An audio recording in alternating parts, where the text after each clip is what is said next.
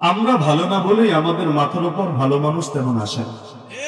দোষ দেয় মানুষ নেতারে, দোষ দেয় সরকারে, অথচ উপরে থুতু ফেললে থুতু নিজের গায়েই পড়ে। থুতু উপরে ফেললে নিজের গায়েই পড়ে। নেতাকে আসমান থেকে এসেছে না জমিন ফেলে বের হয়েছে? আরে আমার তোমার মতের দ্বারাই তো তারা নির্বাচিত হয়েছে।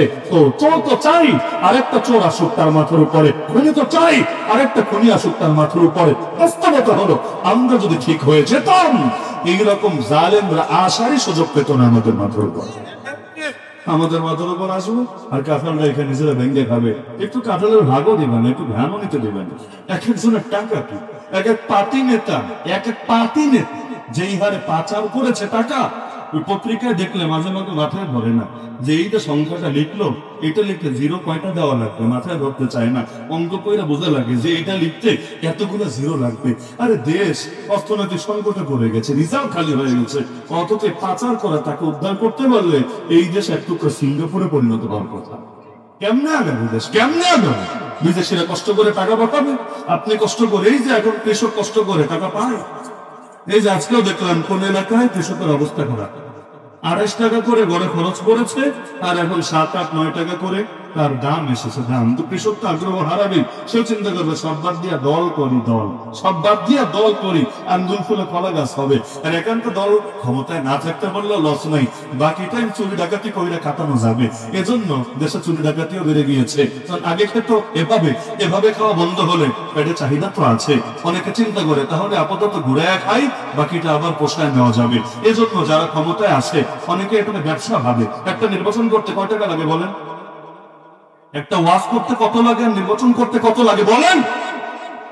একটা নির্বাচন করতে যদি 10 কোটি, 20 কোটি, 30 কোটি, 50 কোটি লাগে, ওই টাকা তো কিডনি বেচলেও হবে না, ওই টাকা তো জমি বেচলেও হবে না, ওই টাকা তো ফ্যামিলির সবার রক্ত বেচলেও হবে না। তো টাকা কি আসমান থেকে নাজিল হবে নাকি? গাছ আছে যে গাছ ঝাড়া দিলে টাকা পড়বে? টাকা আসবে কোথা থেকে? হয়তো মানুষ থেকে ঋণ নেবে, তাহলে ব্যবসায়ীরা ইনভেস্ট করবে। কেন ইনভেস্ট করবে? মাগ না, না না না, বরঞ্চ এখানে ধান্দা থাকবে। মানুষ গালি দেয় পুলিশ ঘুষ খায়। আরে পুলিশ ঘুষ খায় কেন? খায় কেন খায়? চাকরি নিতে যদি 20 লাখ দিতে হয়, এটা নিয়ে কথা বলবেন, এটা নিয়ে বলবেন। চাকরি নিতে যদি 20 লাখ দিতে হয়, 20 লাখ দেওয়ার সামর্থ্য কয়জনের আছে? কোটিপতি ছেলে তো আর পুলিশে চাকরি নেবে না। আরে গুলশান বলনে ধানমন্ডি বসুন্ধরা ছেলেরা, ওরা তো আর পুলিশে গিয়ে কনস্টেবল পদে চাকরি নেবে না। আমরা কারারক্ষী দেখতাম জেলে, যাদের পদ পুলিশের চাইতে বহু নিচে, বহু নিচে। তো কারারক্ষীর চাকরি নিতে 10 লাখ 15 লাখ ঘুষ দিয়েছে, এমনকি জেল ট্রান্সফার হতে। দেশে আগে অন্য জেলে ছিল, এখন ঢাকা কেন্দ্রীয় কারাগারে আসবে, এর জন্য 2 লাখ 4 লাখ 5 লাখ ঘুষ দিয়েছে। এই যে টাকাগুলো সে ঘুষ দিয়েছে, আদায় করবে কোথা থেকে? আদায় করবে আমার আপনার মানুষের পকেট থেকে। একদিনেই আদায় হবে না, তা হবে না, 2 বছর 4 বছর লাগবে। এই যে অভাবে স্বভাব নষ্ট হয়েছে শুরুতে, এরপর 2 বছর আকাম করলে আকাম তো অভ্যাসে পরিণত হয়ে যায়, পরে তো আর ঘুষ ছাড়া বেতনই চলবে না। এজন্য বহু সরকারি চাকরিজীবী এমন আছে বেতন ছুঁয়েও দেখে না। ওই বেতন মাদ্রাসা দিয়ে দিল প্রয়োজনে, সমস্যা, বেতন দিয়ে কি হবে? ওই বেতনের চাইতে বেশি তার একদিনে চলে আসে আলহামদুলিল্লাহ, নাউজুবিল্লাহ, যেটাই বলার বলেন। এই দেশে ঘুষখোররা ঘুষ পাইলে শুকর আলহামদুলিল্লাহ, চোর চুরি করে ধরা না খাইলে আল্লাহ তোমার হাজারো শুকরিয়া আলহামদুলিল্লাহ রাব্বিল আলামিন। এমনকি আর কিছু না পারলেও ওই মদখোর মদ খাওয়ার আগেও কখনো বলে বিসমিল্লাহির রহমানির রহিম। দেখবেন মুরব্বী চায়ের দোকানে বসে আছে, সামনে টিভি চলে, পুরা ধুরা নাচ চলছে টিভিতে, হাতে আবার তসবিহ আছে, তসবিহ টিপছে আর মাশাআল্লাহ চোখ দিয়ে সেই নূরানি দৃশ্য অবলোকন করছে। কি হবে এই তসবিহ দিয়ে? এতে তো আরো তসবিহর অপমান হচ্ছে। আমাদের সংসদ আছে না, এটা আবার অনেকের আঘাত লাগবে দিয়ে বলে ফেলি, তাও এখন না বললে বলবোটা কমে। আমাদের দেশে সংসদ আছে না, সংসদ অধিবেশন শুরু হয় কি দিয়ে? সবাই জানে কি দিয়ে? খালি ওয়াজ মাহফিল কোরআন তেলাওয়াত দিয়ে শুরু হয় না, খালি মসজিদ কোরআন তেলাওয়াত দিয়ে উদ্বোধন হয় তা না, সংসদ অধিবেশন। আরে এমন দেশে থাকি, সংসদ কি বলবেন? সিনেমা হলো মিলাদ দিয়ে উদ্বোধন হয়। মিলাদের মাসালা নাই বললাম, মিলাদের হুকুম কি ওইটা বাদ দেন। মিলাদ না করলে, একটু জিলাপি টিলাপি বিতরণ না করলে অনেক সিনেমা হল ওই দেশে উদ্বোধন হয় না। এমন দিনও গিয়েছে যে এখন জাতীয় সংসদ উদ্বোধন হয়, শুরু হয় কি দিয়ে? কোরআন দিয়ে। খালি কোরআন দিয়ে শেষ না, এরপর অন্যগুলোও পড়ে। কারণ এক ধর্মরে খুশি করলে হবে, সবাই খুশি করতে হবে। আল্লাহ তুমি খুশি হলে চলবে, আরো যারা আছে সব দেবদেবীরও তো একটু খুশি রাখতে হবে। দশে মিলে করি কাজ, হারি যেতে না হিলাজ, একটা না একটা তো লাগবে। তো যাই হোক, প্রথমে ভাগযোগ করে সব দেবদেবীরা খুশি করার চেষ্টা। এরপর কি হবে? এরপর বলবে চল আমরা বেশ্যাখানার লাইসেন্স দিয়ে দিই, চল আমরা মদের বার খুলে দিই, চল আমরা দেশের অর্থনীতি সুদ দিয়ে ভরে দিই, চল আমরা সব হারামরে ছড়াই দিই, চল অমুকের আব্বা তমুকের শ্বশুর তমুকের দুলাভাইয়ের মূর্তি দিয়া পুরো দেশের রাস্তাঘাট ভাস্কর্য দিয়া সব ভরি। এভাবে যত হারাম আছে হালাল করবে, যত হালাল আছে হারাম করবে। শুরু করবে কোরআন দিয়ে, শেষ দিন শেষ করবে দোয়া মোনাজাত দিয়ে। সুন্দর হলো না? খুব সুন্দর হলো না? অনেক দিবস পালিত হয় বাংলাদেশে এভাবে। সকালে কোরআন পড়ায় একটা ছেলেকে এনে বা কারি সাহেব এনে, এরপর একটু হামদনাথ গায়, সারাদিন সেই রকম গান, বাংলা, ইংলিশ, হিন্দি, আরো যা যা পারে আর কি, সব ভাষার গান। আর শেষে এসে হুজুর দেখে দোয়া, মানে আগে আর পরে তো মাশাআল্লাহ মারহাবা, কিন্তু মাঝখানে যা আছে চলবে। এজন্য বাচ্চা জন্ম নিলে কানে এসে আজান দিবে, ইকামত দিবে, হুজুরের থেকে পরামর্শ নিবে, আবার মহিলা গেলে হুজুরের সামনে এসে সহায় দিবে, মাঝখানে বলবে হুজুর কি, ইসলামী শরীয়ত কি, দ্বীন কি, কোরআন কি, এগুলো বুঝি না। মাঝখানে কিচ্ছু বোঝে না, তো শুরু তো বোঝে, শেষেও বোঝে। কেউ তো বলে শরীয়তের আইন মানে না, অথচ বিয়ে করতে গেলেও তো শরীয়ত লাগে, মরার পরও তো শরীয়ত লাগে, কবর দেওয়ার সময় তো শরীয়ত লাগে, বাচ্চা হলেও তো শরীয়ত লাগে, এখন বিয়ে যেতেও তো শরীয়ত লাগে, বিপদে পড়লেও আবার শরীয়ত লাগে। সুখের দিনে শরীয়ত হবে কি? আমরা শরীয়তের আইনে বিশ্বাস করি না। কষ্ট পায় না? কষ্ট পাচ্ছেন না?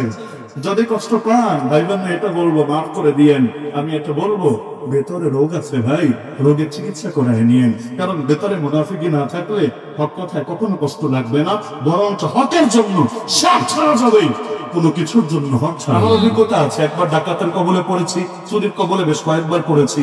সর্বশেষ রাজবাড়ি থেকে বাসার সব মাল সামানা গুছিয়ে এসেছি, যে রাজবাড়ি থেকে শিফট হয়ে আসবো ঢাকায়, মাল সামানা সব গোছানো, সব বাধা ঘরের ভেতরে। কিন্তু যেদিন আনবো এর দু একদিন আগে হঠাৎ করে মাদ্রাসার যে উস্তাদরা আছেন আমাকে জলদি খবর পাঠালেন যে হুজুর বাসার তো দরজা খোলা, দরজার মূল অংশটা দেখছি ভাঙা, বাকিটা খোলা, ভেতরে তো মাল সামানা সব পলট পলট দেখা যাচ্ছে, একটু আপনি দেখবেন নাকি? ভিডিও কল দিল আমাকে, আমার তো দেখে মাথায় হাত, হ্যাঁ আল্লাহ কি হলো। তাড়াতাড়ি মানুষ পাঠালাম, যেহেতু নিজে সফরে ছিলাম, গিয়ে দেখো আল্লাহ, এখন দেখা গেল যে সংসার জীবনের শুরু থেকে স্মৃতি যা ছিল কিছুই আর বাকি রাখে নাই। আর বাকি রেখেছে কি? আমার কিতাবগুলো, এগুলো তো আর চলে নিয়ে পড়তে পারবে না, আরবি পারলে হয়তো এগুলোও নিত। আর কিতাবে একটা আলমারি লাগে, ধরে ধরে আলমারিটাও রেখে গিয়েছিল। আর বাকি মোটামুটি যা আছে সংসার জীবনের স্মৃতি একদম নিতে নিতে প্রায় সব নিয়ে গেল। তো পুরুষের চেয়ে তো নারীর জন্য এগুলো বহন করাটা আরেকটু কষ্ট। স্মৃতির সাথে মানুষের আলাদা একটা মহব্বত থাকে। পরে অনেকে পরামর্শ দিল পুলিশের কাছে জিডি করেন। আমি বললাম ভাই এই কারণে আমি নাই, জীবনে বহুত চুরির শিকার হয়েছে, ডাকাতে শিকার হয়েছি, তো পুলিশের কাছে যাওয়ার আমার আলাদা করে আমার রুচি হয় না। আমি বিচার আল্লাহর কাছে দিলাম, কিয়ামতের দিন বাকিটা বুঝে নেব ইনশাআল্লাহ। দুনিয়া লজ্জা হওয়ার হলো, আর চুরি হলে এই পরিমাণ সওয়াব হয়, সদকা দিলে সওয়াব যা হয় তার মাল যদি চুরি হয় তার এর চাইতে বেশি সওয়াব হয়। আর হাদিসে আছে কেউ নিজে হক হয়েও সে যদি ঝগড়া ছেড়ে দেয়, মামলা ছেড়ে দেয়, আল্লাহ জান্নাতের মাঝখানে তার জন্য ঘর বানায় দিবেন। ওই হাতের সামনে রেখে নিয়াত করলাম, দুনিয়া যা লস হওয়ার হলো, দাবি ছেড়ে দিলাম, আল্লাহ যদি জান্নাতে পোষায় দেয় আলহামদুলিল্লাহ, এতেই চলবে ইনশাআল্লাহ। তবে চুরি ডাকাতের অভিজ্ঞতা আছে, সারাটা জীবন মনে পড়লেই আমাদের কষ্ট লাগে। প্রত্যেকের নামের শেষে একটা শব্দ দেখে মনে পড়লো, প্রত্যেকের নামের শেষে একটা দা, এরপরে একটা ফোঁটা দিয়ে বা একটা ফোঁটা দেয়া আছে, তাই না? অনেক সময় সাধারণ মানুষ পেরেশান হয় এটা দেখে। কেউ কেউ জিজ্ঞেস করে, জীবনে অনেকবার শুনেছে হুজুর দাবা কি, দাবা আপনাদের নামের শেষে দাবা লেখা, এর মানে কি আপনারা দাবা ভালো খেলতে পারেন নাকি? আবার মাঝখানে দুইটা ফোঁটা আছে, অর্থটা কি? তো দা আর বা মূলত দুইটা হলো দুইটা শব্দের সংক্ষেপ। দা বলতে দামাত, আর বা বলতে বারাকাতুহু, তার বরকত দীর্ঘ হোক। তার মানে সহজ বাংলায় আল্লাহ তাকে নেখায়াত দান করুক, লম্বা টাইম বাঁচুক। থেকে লম্বা টাইম বাঁচলে তার বরকতও আমরা বেশি লাভ করতে পারবো, তার জবান থেকে আমরা বেশি কথা শুনতে পারবো। মূলত একটা দোয়া। কিছু মানুষ না জানে আবার মাঝে মাঝে মজার ফতোয়াও দেয়। কালকে একজনের ফতোয়া জানলাম, আল্লাহর বান্দা বলছে কারণ নামের শেষে দাবা দেখলে তার থেকে 100 হাত দূরে থাকতে হবে, বুঝতে হবে সে মানুষের ঈমানকে হুমকির মুখে ফেলে দিয়েছে। কেন? কারণ বরকত তো আল্লাহর হাতে, মানুষের আবার বরকত হয় কিভাবে? আবার বরকত আবার দীর্ঘ হওয়ার দোয়া করে কিভাবে? মানে দামাত বারাকাতুহু যার নামের সাথে আছে তারা শিরকে বিশ্বাসী, তারা বিভিন্ন কুফরি আকীদায় বিশ্বাসী। নাউযুবিল্লাহি মিন যালিক। এই শ্রেণীর মানুষ সব জায়গায় কুফর আর শিরকের বন্ধ খোঁজে। ওই যে আপনারা জুমার দিনে অনেকে বলেন না, বালাগাল উলা বিকামালিহি কাশাফাত দুজা বিজামালিহি। এক ইউটিউবে সার্চ করলে এমন বহুত ফতোয়া পাবেন, এটার মধ্যেও নাকি শিরিক লুকায় আছে। নাউযুবিল্লাহি মিন যালিক। দলিল কি? দলিল হলো বালাগাল উলা বিকামালিহি। বালাগা মানে পৌঁছেছেন, আল উলা মানে সর্বোচ্চ স্তরে বিশাল মর্যাদায় পৌঁছেছেন, বিকামালিহি নিজের পরিপূর্ণতার দ্বারা। রাসূলের ব্যাপারে বলছি, আল্লাহ রাসূল নিজের কামেল গুণাবলীর মাধ্যমে মহান উচ্চ মর্যাদায় অধিষ্ঠিত হয়েছেন। কাশাফাত দুজা বিজামালিহি, তিনি নিজের সৌন্দর্য দিয়ে তিনি অন্ধকারকে উন্মোচিত করেছেন, অন্ধকারকে দূর করেছেন। তো শিরিক ঢুকলো কিভাবে? তাদের ব্যাখ্যা হলো নিজের কামাল দিয়ে আবার পৌঁছলো কিভাবে? তাহলে তো আল্লাহ পৌঁছিয়েছে, নবী আবার পৌঁছে কেমনে? সে যেহেতু বলেছে যে নবী পৌঁছেছেন, তার মানে শিরিক আছে। এই শ্রেণীর মানুষরা কেমন আছেন এই কথার মধ্যেও শিরিক খোঁজে। তারা বলতে হবে আল্লাহ কেমন রেখেছেন, কেমন থাকে আবার কিভাবে? আমার কি থাকার কোনো শক্তি আছে? নাউযুবিল্লাহ। এভাবে ফতোয়াবাজি করতে থাকলে ইসলামের কিছু অবশ্য থাকবে না। আল্লাহ আমাদেরকে হেফাজত করুন। ঠিক নামের শেষে দাওয়া দেখে মনে পড়ে গেল আর কি, এই পরিপ্রেক্ষিতে বলা। এবার আসি মূল আলোচনায়। সংগঠনের নাম কি? আল ইনসাফ। আজকে এই নামটা দেখে আমার মনে পড়েছে যে ইনশাআল্লাহ আজকে আলোচনা করব ইনসাফ নিয়ে। আর আজকের দিনটা কি বার? শুক্রবার। জুম্মার নামাজ পড়েছেন তো সবাই? আলহামদুলিল্লাহ। বাংলাদেশের মানুষ আর কোন নামাজ পড়ুক বা না পড়ুক, জুম্মার নামাজটার ব্যাপারে বেশ আন্তরিক, আলহামদুলিল্লাহ। এটাও কম না, এটাও যদি না পড়তো কি বা করার ছিল। বহুত দয়া, বহুত মায়া, আলহামদুলিল্লাহ। শুক্রবার দিন অন্তত সবার শেষে হলেও আসে, সবার প্রথমে হলেও যায়, তবুও একটু সারা শব্দ তো দেয়। তো শুক্রবার একটা খুতবা হয় না, একের পর এক পরাপর দুইটা খুতবা। দ্বিতীয় খুতবার শেষে আপনাদের মসজিদে এবং অধিকাংশ মসজিদে দেখবেন এই আয়াতটা পড়ে, ইন্নাল্লাহা ইয়া'মুরু বিল আদলি ওয়াল ইহসান। একেবারে পড়তে পড়তে লাস্টে গিয়ে আরো একটা আয়াত পড়ে, ফাযকুরুনি। এটাকে সবাই আবার মনে করে এটা হলো দাঁড়ানোর দোয়া আর কি। এই দোয়া শুনলে আর বসে থাকার সুযোগ নাই। এখন অনেকের কাছে এটা মনে হয় যে এটা বলে ইমাম সাহেব মূলত দাঁড়াতে বলে, কাতার সোজা করতে বলে। এই জন্য দেখবেন যারা ঝিমাচ্ছিল এতক্ষণ, আরবি বোঝে না, বসে বসে ঝিমাচ্ছিল, যেই মাত্র বলে ফাযকুরুনি, সঙ্গে সঙ্গে এমন ভাবে দাঁড়ায় যায়, বোঝা যায় না আল্লাহর বান্দা আর কিছু না বুঝলেও এটা ঠিক মতো বুঝেছে। তো এই যে ইন্নাল্লাহা ইয়া'মুরু বিল আদলি ওয়াল ইহসান, প্রতি শুক্রবারে আমরা শুনি, এই আয়াতে কি বার্তা দিয়েছেন আল্লাহ, সেটার সাথেও এই নামের সম্পর্ক আছে। ইন্নাল্লাহা, নিশ্চয় আল্লাহ, ইয়া'মুরু, আদেশ দিয়ে দিয়েছেন, বিল আদলি ওয়াল ইহসান, আদল মানে হলো ইনসাফ। হয়তো ইনসাফকে আঁকড়ে ধরো এবং আরো ভালো হবে যদি ইহসান তথা অনুগ্রহকে আঁকড়ে ধরতে পারো। হয়তো ইনসাফ করবা, না হলে অনুগ্রহ করবা। ইনসাফ মানে কি? যার যা প্রাপ্ত তাকে সেটা দেওয়া, এর নাম হলো ইনসাফ। অনুগ্রহ মানে কি? আপনার প্রাপ্য যা তার চাইতে আঁকড়ে বেশি দিয়ে দিলাম, এটা হলো অনুগ্রহ। যেমন আমল করে কয় বছর আমরা? 20 বছর, 30 বছর, 40 বছর, 60 বছর। একজন মানুষ যদি 60 বছর বাঁচে, জন্ম নিয়েই তো আমল শুরু করে না। ধরেন প্রাপ্তবয়স্ক হওয়া থেকেও যদি আমল শুরু করে, কয় বছরই আর আমল হয়? আবার একদিনে কয় মিনিটই আর আমলে কাটে। কিন্তু আমরা যখন জান্নাতে যাব, আল্লাহ আমাদের জান্নাতে কয়দিন রাখবে? 60 বছর, 600 বছর, 6000 বছর। যদি বলেন আল্লাহ 10 গুণ দেয়, তো ভাই 60 বছর বাঁচলে 600 বছর পর তো জান্নাত থেকে বের করে দেওয়া দরকার ছিল। যদি বলেন আল্লাহ 700 গুণ দেয়, 700 গুণও তো শেষ আছে, এরপর জান্নাত থেকে বের করে দেওয়ার কথা ছিল। যদি বলেন 49 কোটি গুণ দেয়, 49 কোটিরও তো শেষ আছে, এরপর তো জান্নাত থেকে বের করে দেওয়ার কথা ছিল। কিন্তু বাস্তবতা হলো জান্নাতে যাওয়া বড় কষ্ট, সন্দেহ নাই, কিন্তু একবার যদি যেতে পারি, একবার যদি আল্লাহ আমাদেরকে জান্নাতে প্রবেশ করায়, বাস ওই যে ঢুকেছি, আর কোনোদিন বের হওয়ার কোনো প্রশ্নই আসবে না। এমন এক রাজত্ব যার কোনো লয় নাই, যার কোনো ক্ষয় নাই, কিছু বছর পর দৌড়ানি খাওয়ার কোনো ভয় নাই। এমন একটা রাজত্ব শুরু হয়েছে তো হয়েছে, চিরকাল চলতেই থাকবে, স্থায়ী ভাবে, যার কোনো শেষ নাই। মানুষ বলে না জীবনটা বড় ছোট, আরে ভুল কথা। আরে জীবন ছোট হলো কিভাবে? জীবনের শুরু কবে আর শেষ কবে দেখো না, এরপর তুমি মাপবা জীবন ছোট না জীবন বড়। আমাদের জীবন সেদিন শুরু হয় নাই যেদিন মায়ের পেট থেকে দুনিয়াতে পা রেখেছি। আমাদের জীবন সেদিন শুরু হয়েছে যেদিন আল্লাহ আমাদের আব্বা আদমের পিঠ থেকে আমাদেরকে বের করেছেন। এরপর রূহের জগতে আমাদের সবার সাথে ডাইরেক্ট কথা বলেছেন। কত গর্বের কথা!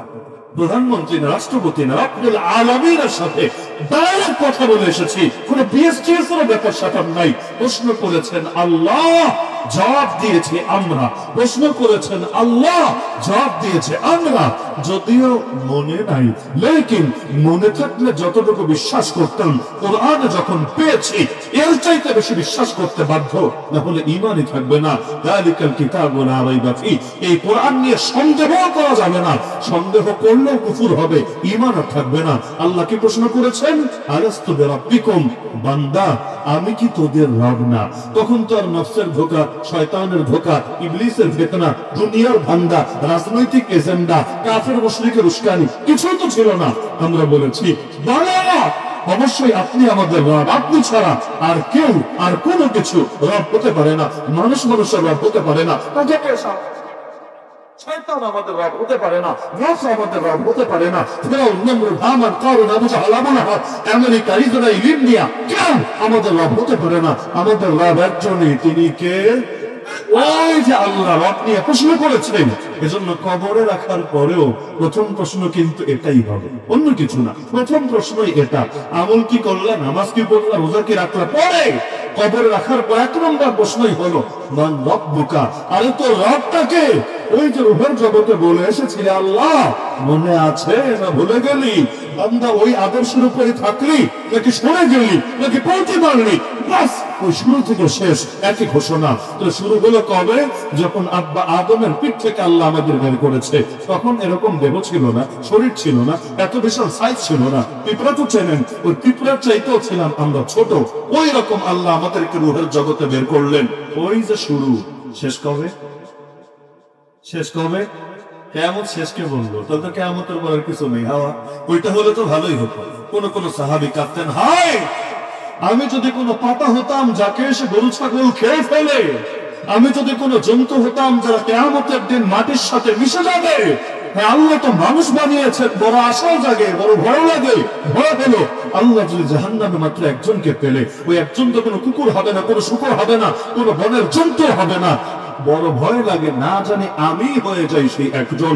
আর আশাও জাগে, আল্লাহ যদি মাত্র একজনকে জান্নাতে দেয়, হতে পারে সে একজন আমি হব। আশাও 100 থেকে 100, ভয়ও 100 থেকে 100। ভয় মানুষকে পাপ থেকে বিরত রাখে, আশা মানুষকে নেক আমলে উৎসাহিত করে। যার আশা নাই নফল করবে কেন? যার আশা নাই জিকির করবে কেন? যার আশা নাই আল্লাহর দ্বীনের জন্য জান কুরবান করার মানসিকতা রাখবে কেন? যার ভয় নাই পাপ ছাড়বে কেন? যার ভয় নাই গোপন গুনাহ ত্যাগ করবে কেন? যার ভয় নাই সেই মানুষ দুনিয়াতে শুধরাবে কেন? এজন্যই পুলিশ যত বাড়ান লাভ নাই, মামলা যত দেন লাভ নাই। মানুষের দিলে আল্লাহর ভয় না ঢুকলে এই দেশকে ঠিক করার কোনো উপায় নাই। কেমনে দেশ ঠিক করবেন? কারে দিয়ে ঠিক করবেন? আইনের লোক আইনের পোশাক পরে বেআইনি কাজ করবে, যদি তার ভেতরে আল্লাহর ভয় না থাকে। কেন সে ভালো থাকবে? কেন ভালো থাকার কারণটা কি? আপনি ভালো থাকবেন যখন আপনি চিন্তা করবেন কেউ না জানলেও তিনি তো জানেন, কেউ না ধরলেও তিনি তো ধরবেন। বিগত দিনে অনেকে মাত্রাতিরিক্ত বাড়াবাড়ি করে ফেলেছিল। কেন? বাড়াবাড়ি সীমা ছাড়িয়ে গিয়েছিল, সীমা। আমরা যখন ছোট ছিলাম তখন দেখতাম এলাকায় গুন্ডা পান্ডা যারা আছে এরা পর্যন্ত এমনি গুন্ডামি যাই করুক হুজুরকে শ্রদ্ধা করে চলে। দেখেন নাই আপনারা? যদি বিড়িখোর বিড়িও খেতে থাকতো, কোন আলেম ধারে কাছে আসলেও হয়তো পেছনে লুকাতো, অথবা অধিকাংশ দেখতাম পায়ের তলায় ফেলে। আমরা তো বাচ্চা, আমরা হুজুর না, আমরা তখন বাচ্চা। অন্যান্য হুজুরদের সাথে আচরণ দেখতাম পায়ের তলায় ফেলে বিড়ি পিষ্ট করে ফেলতো। বিড়ির মায়ের চাইতে হুজুরের শ্রদ্ধা বেশি ছিল। গুন্ডা গুন্ডা খুনটন করে বেড়াতো, কিন্তু হুজুরকে দেখলে সালাম একবারে সালাম দিত। বেপরতা নারী, কিন্তু হুজুর এলাকার ধারে কাছে আসলেও মাথায় আস্তে করে কাপড় টেনে দিয়ে আড়ালে চলে যেত। অন্য সময় কাপড় না দিলে আজান শুরু হলে আস্তে করে মাথার মধ্যে পর্দা টেনে দিত। এমন একটা পরিবেশ দেখেন নাই আপনারা? আরে বেশি দিন আগের কথা না, আমার কষ্ট আর অনেক বেশি না, আমি তো মুরব্বীদের মতো বেরো হয়ে যাই না এখনো। কয়েকদিন আগে বাংলাদেশে এমন ছিল। দেখতে দেখতে কি হয়ে গেল, আমরা তো এমন বাংলাদেশ আল্লাহর কসম ছোটবেলায় কল্পনাও করি নাই। হাজার হাজার আলেমের হাতে হাত করা পড়ানো হবে, তাদের কোমরে গরুর খুশি লাগিয়ে কোর্টে উঠানো হবে, বছরের পর বছর জেলখানার নির্মম চিন্তনখানায় ফেলে রাখা হবে, কেউ কেউ লাশ হয়ে বের হবে। এমনকি বাকি দেশবাসী বসে বসে তামাশা দেখবে। আল্লাহর কসম ছোটবেলায় এমন বাংলাদেশ আমরা কল্পনাও করি নাই। আর এখন যা দেখি এগুলো তো মানে কি যে বলবো। ঢাকা শহরে পর্যন্ত কোরআনকে পায়ের তলায় ফেলে পিষ্ট করা হবে। মুসলিম মা বোনদের ইজ্জত নিয়ে রীতিমতো ছিনিমিনি খেলা হয়। এমনকি আল্লাহ নবীরে গালি না দিলে কিছু মানুষের পেটের হাত হজম হতে চায়। এমনকি গোটা দুনিয়ায় এত বেশি রক্তের বন্যা, কার কথা বলবেন আর কার কথা বাদ দিন। ফিলিস্তিন নিয়ে বলে শেষ করতে পারলাম না, এর মধ্যে সুদানে শুরু হয়ে গিয়েছে। রক্ত পড়ছে না সুদানে, যদিও সুদান নিয়ে আলোচনা কমই হবে। কেন? গায়ের রং যে কালো, কেন? টাকা পয়সা যে কম, গরিব মানুষ, গরিব বললে কার কি আসে যায়, কালো মানুষ বললে কার কি আসে যায়? সব মায়া তো সাদাদের জন্য, সব মায়া তো পয়সাওয়ালাদের জন্য। গরিবরে নিয়ে ভাবে কে? গরিবরে নিয়ে চিন্তা করে কে? খেয়ে থাকে না না খেয়ে থাকে সেটা বা দেখে কে? এই জুলুম যে কবে অবসান ঘটবে আল্লাহ ভালো জানে। মুহাম্মদুর রাসূলুল্লাহ আদর্শ শিখিয়ে গিয়েছিলেন আমাদেরকে, কিন্তু পারি নাই আমরা ধরে রাখতে, বড় ব্যর্থতা। তাহলে ওই যে বলছিলাম অনুগ্রহ কারে বলে, ওইটা বোঝাতে গিয়ে আমাদের জীবনের কিন্তু শেষ নাই, জায়গা পরিবর্তন আছে। ইন্তেকাল মানে কি? জায়গা পরিবর্তন কর। ছিলাম মায়ের পেটে, জায়গা পাল্টায় আসলাম কেরানীগঞ্জের বুকে। আমি আসিনি, আপনারা আসছেন নাকি? আমি তো কেরানীগঞ্জে এখন আসলাম, তাই না? তো এখন কেরানীগঞ্জে আসলেন, এরপর 2 দিন পর আবার মাটির তলে, মাঝখানে কপালে থাকলে আবার দেশ ছেড়ে অনেকের বিদেশি দেশেও পালানো লাগে। যাই হোক, এরপর মাটির তলে, তারপর সেখান থেকে হাসরের ময়দানে, এরপর আল্লাহ চাইলে আল্লাহ চাইলে আল্লাহ চাইলে পুলসিরাত পেরিয়ে জান্নাতে। বলেন ইনশাআল্লাহ। জান্নাতে গেলেও শেষ নাই, জাহান্নামে গেলেও, জাহান্নামে শেষ আছে না? এই নরেন্দ্র মোদী যদি এমনি মরে বেঈমান অবস্থায়, জাহান্নামে গেলে ওর কি আর 5 বছর 10 বছর পর আবার ঘুরা টুইরা জান্নাতে আসার কোন সম্ভাবনা আছে নাকি? নাই। তাহলে আমল করলো অথবা বেআমল করলো, কয় বছর আর শাস্তি পেলো কয় বছর? বাস্তবতা হলো বিশাল জীবন তো আল্লাহ দিতে কম দেন না। পরীক্ষার হলে পরীক্ষার কয়দিন দেয়, কিন্তু ওই রেজাল্ট নিয়ে সারা জীবন ঘুরতে হয়। এসএসসি যারা দিয়েছে ওই রেজাল্ট নিয়ে ঘুরবেন, এইচএসসি যারা দিয়েছে ওই রেজাল্ট নিয়ে ঘুরবেন। পরীক্ষার হলে ডাব্বা মেলেছেন, পরে যত সিরিয়াস হন, লাভ নাই লাভ নাই। কখনো এমন হয় পরীক্ষার হল থেকে বের হয়ে সিঁড়ির কাছে আসলেই মনে পড়ে যায়, আরে রে এটা লিখতে পারলাম না, এটা জবাব তো এটা। কিন্তু বাচ্চাদের হয় না মনে হয় জীবন? আপনাদের হয় না জীবন? পরীক্ষা হল বের করে বইয়ের কাছেও যেতে পারি না, সিঁড়ির কাছে আসলে পরীক্ষার টাইম তো একটু টেনশনের টাইম, মাথা বা ব্রেন একটু কম কাজ করে। আর ওই সময় অনেকের ঘুম ঠিকভাবে হয় না, খাওয়া হয় না, গোসল হয় না, যার কারণে কিছু চাপ পড়ে, মানসিক স্বস্তি থাকে না। দেখা যায় পরীক্ষাটা শেষ করে সিঁড়ির কাছে আসলে হায় হায় কামটা কি করলাম, এই জবটা পারলাম না, কিন্তু থুকুতর দেওয়ার কোনো সুযোগ নাই। এজন্য মরার পরে কোনো কাফের থাকে না, কোনো নাস্তিক থাকে না। আরে ফেরাউনি কালেমা পড়তে শুরু করে দেয় আজরাইলটা দেখলে। তাহলে ফেরাউনের মুখ থেকে যদি আল্লাহ আল্লাহ বের হয়, তো বাংলায় একটা কথা বলে না, ভূতের মুখে রাম রাম, একটা কথা আছে না বাংলায়? তো ফেরাউনের মুখে আল্লাহ আল্লাহ, ওইটাই যদি শুরু হয়ে যায়, তাহলে বাকি 2 পয়সার নাস্তিক বেঈমান নিয়ে আপনি কি চিন্তা করবেন? যে নিজের খোদা বলতো খোদা, তা কেমন খোদা? আনা রাব্বুকুমুল আলা। আমরা সিজদায় গেলে বলি সুবহান রাব্বিয়াল আলা। রব্বে আলা কে? আল্লাহ। ফেরাউন একই বাক্য বলতো নিজের ব্যাপারে, আমি বললাম রব্বে আলা। তো যে ফেরাউন নিজের সব রবের সেরা রব বলতো, ওই ফেরাউন মরার আগে কালেমা পড়া শুরু করে দিল, তাও ডাইরেক্ট। যে ঈমান আনলাম এর দূর বইলে শেষ না, রব্বুল আলামিনের উপর ঈমান আনলাম এর দূর বইলে শেষ না। রব্বি মূসা ওয়া হারুন। আরে রব বলতে আবার তুমি অন্য কিছু বুঝছো না, মূসার রব যে, হারুনের রব যে, তার উপর ঈমান আনলাম। ঈমানে আর কোনো ভেজাল রাখলাম না। সময় শেষ হয়ে গেলে আর বুঝে কি হবে? পরীক্ষার হল যতক্ষণ চলবে ততক্ষণের রেজাল্ট নিয়েই সারা জীবন ঘুরতে হবে। এজন্য দুনিয়ার হায়াতটা জাস্ট পরীক্ষার হল, এর বিবেচনায় সেই যে শুরু হবে জান্নাতে বা জাহান্নামে, তার আর কোনো শেষ থাকবে না। আল্লাহ কি ইনসাফ করবেন না অনুগ্রহ করবেন? যদি বলেন ইনসাফ, ওই যে বললাম 60 বছরের বদলে 60 বছর, বের হ জান্নাত থেকে, বের হ, ইনসাফ হয়ে গেছে, ইনসাফ বাস যথেষ্ট। বহু ওই 60 বছর দিলেই তো বহু, সেখানে আল্লাহ চিরকাল দিবেন। এটারে কি ইনসাফ বলে না অনুগ্রহ বলে? এজন্য আল্লাহ 2টা আদেশ দিলেন, ইন্নাল্লাহা ইয়া'মুরু বিল আদলি ওয়াল ইহসান। ইনসাফ করো, আরো ভালো হয় যদি অনুগ্রহ করতে পারো। ইনসাফ করো, আরো ভালো হয় যদি অনুগ্রহ করতে পারো। এজন্য নবীর হাদিসে আছে, ওফু আম্মান জালামা, যে জুলুম করে তারে মাফ করো। আহসিন ইলা মান আসা ইলাইক, যে তোমার সঙ্গে দুর্ব্যবহার করে তুমি তার সাথে ভালো ব্যবহার করো। এমনকি নবী বলেন, আত্মীয়তার সম্পর্ক রক্ষাকারী কারে বলে জানো? গ্রামের মানুষ ভালো করে শোনেন এটা, লাইসাল ওয়াসিলু বিল মুকাফি, নবী বলেন যারা সমান সমান করে ওদেরকে আত্মীয়তা রক্ষাকারী বলে না, যারা সমান সমান করে ওদেরকে আত্মীয়তা রক্ষাকারী বলে না। সমান সমান মানে কি? আমার যে আত্মীয় আমার সঙ্গে ভালো আমিও তার সঙ্গে ভালো, আর যে আমার সঙ্গে খারাপ আমিও তার সঙ্গে সেই রকম। আছে না অনেকে, আছে না অনেকে জিজ্ঞেস করবেন অমুক আত্মীয়ের সাথে সম্পর্ক আছে না, বুঝলাম না, জানিয়েন না আমার সঙ্গে কেন, ও আমারে বহুত জ্বালায়। তো ভাই ও তোমারে বহুত জ্বালায়, তুমি কি করো? প্রশ্ন আসে না? নবী বলেন আত্মীয়তা রক্ষাকারী তারে বলে না যে সমান সমান করে। আত্মীয়তা রক্ষাকারী কারে বলে? নবী ব্যাখ্যা দিলেন যে তার সাথে সম্পর্ক জুড়ে রাখে, ওর সাথেও সম্পর্ক জুড়ে রাখে, যে তার সাথে সম্পর্ক ছিন্ন করে ওর সাথেও সম্পর্ক জুড়ে রাখে। আত্মীয় কেউ নিজের থেকে হয় নাই, আত্মীয় বানিয়েছেন কে? আল্লাহর সিদ্ধান্ত ভুল না সঠিক? এমন তো হয় নাই যে আল্লাহর জন্য এটা উচিত ছিল না, আল্লাহ করে ফেলেছেন, এর দরকার ছিল না আপনার আত্মীয় বানানোর, আল্লাহ বলে বানিয়ে ফেলেছেন, এমন কোন আশঙ্কা আছে নাকি? নাই। আল্লাহ সিদ্ধান্ত যদি সঠিক হয়, হাদিসে আছে আর রাহিম মিনার রহমান, আত্মীয়তা এসেছে রহমান আল্লাহ থেকে, এবং আল্লাহ নিজে সিদ্ধান্ত জানালেন যে আত্মীয়তাকে জুড়ে রাখবে তার সাথে আমি আল্লাহ আমার সম্পর্ক জুড়ে রাখবো, যে আত্মীয়তাকে ছিন্ন করবে তার সাথে আমি আল্লাহ আমার সম্পর্ক ছিন্ন করব। প্রত্যেকেই নিয়ত করবেন। এখানে যারা আছে খেয়াল করলে দেখবেন আত্মীয়তার লাইনে আমাদের বহুত গাফিলতি আছে, বহুত গাফিলতি। হায়াতে যদি বরকত পেতে চান, নবী বলেছেন আত্মীয়তা সম্পর্ক ঠিক রাখা লাগবে, তাজিদু ফিল উমুর, আপনার হায়াত বাড়বে। এই বাড়ার দুই ব্যাখ্যা করেছেন মুহাদ্দিসরা।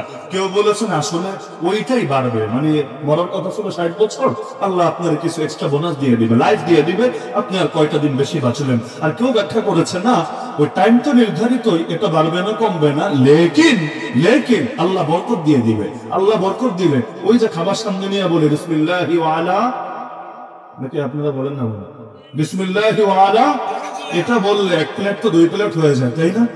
মাছের পিস আগে একটা থাকলে এখন 2টা তো অবশ্যই হয়। গোশতও বাড়ে না, মাছও বাড়ে না, ভাতও বাড়ে না, দোয়া করে লাভ কি? দোয়া করার মানে পরিমাণ বাড়বে না, কোনোদিন বাড়েও না আপনাদের এলাকায়, লেকিন যতটুকুই আছে সেটাই যথেষ্ট হয়ে যায়, প্রয়োজন পূরণ হয়ে যায়, চাহিদা মিটে যায়, রোগ ব্যাধি দূর হয়ে যায়, সুস্থতা নিরাপত্তা নসিবে জুটে যায়, সব দিকে লাভ আল্লাহ আলহামদুলিল্লাহ। না হলে খাবার খায়া যদি আমার 100টা রোগ বাড়ে, খাবার খায়া যদি আমার বহুত মুসিবত বাড়ে, তাহলে এখানে লাভটা কি হলো আমার বেশি পরিমাণ হয়ে? এজন্য বরকত মানে পরিমাণে বাড়ানা। আল্লাহ তৌফিক দিলে অল্প টাইমে বহুত কাজ করা যায়। আমার নবীর মিশন চললো কয়দিন? মাত্র 23 বছর। 40 বছরে হেরা গুহায় আনুষ্ঠানিক ওহী নাযিল শুরু হলো, 63 বছরে রবিউল আউয়াল মাসে আল্লাহর মেহমান আল্লাহর কাছে চলে গেল। মাত্র কয় বছর? 23 বছর। এর মধ্যে শাসন করেছেন কয় বছর? মাত্র 10 বছর। যেই 10 বছরে খালি বসে বসে আরামে শাসন করতে পেরেছেন তা না, একদিকে শাসন করছেন আর একদিকে 27টা যুদ্ধ। 10 বছরে 27টা যুদ্ধ, 27টা নিজেকে করতে হয়েছে, যার মধ্যে 9টাই আবার ভয়াবহ লড়াই হয়েছে, আর 47টা ময়দানে বহুদে পাঠাতে হয়েছে। এমনকি সেই যুদ্ধে গিয়ে কখনো দাঁত শহীদ হয়েছে, কখনো আঙ্গুল কেটেছে, কখনো সাহাবীরা ক্ষুধার জ্বালায় কত কষ্ট করতে বাধ্য হয়েছে, পেটা পাথর পর্যন্ত জিহাদের ময়দানে গিয়ে বেঁধেছে। এত কষ্ট, লেকিন সেই 10 বছরে, মাত্র 10 বছরে এমন কিছু দিয়ে গিয়েছেন 1500 বছর পর্যন্ত তার রহস্য, তার গবেষণা করেই কুল কিনারা করা যাচ্ছে। মাত্র 10 বছর, কিয়ামত পর্যন্ত যদি লক্ষ বছর পেরিয়ে যায়, উম্মত এই আলোই ভোগ করে শেষ করতে পারবে না। মাত্র 10 বছর। অথচ আমাদের দেশে তো একজনের শাসনে 16 বছর, তাই না? আল্লাহ নবীর শাসন 10 বছর, জাতি ফায়দা নিল 1500 বছর, তো ফায়দায় কমতি পড়ে নাই নাকি কমে গেছে? দুনিয়া তো উন্নত হয়ে গেছে, এজন্য আল্লাহ নবীর আদর্শ এখন সেকেলে হয়ে গিয়েছে। নাউজুবিল্লাহ। নবীর প্রতিটা আদর্শ 1500 বছর আগে যেমন কার্যকর ছিল, আজকের দুনিয়ায় একই রকম কার্যকর আছে এবং কিয়ামত পর্যন্ত একই রকম থাকবে। 16 বছর যারা করেছে কি দিতে পেরেছে? ওই যে বাশার আল আসাদ সিরিয়ায়, সে তার বাপ মিলে 50 বছর শাসন করেছে, কি দিতে পেরেছে? এভাবে একজন করে হিসাব করেন না। অপরদিকে আপনি আলোকিত যুগের দিকে তাকান, 4 খলিফা মিলে, মাত্র 4 জন মিলে 30 বছর শাসন করেছে। ওমর বিন আব্দুল আজিজ 2 বছর শাসন করেছে।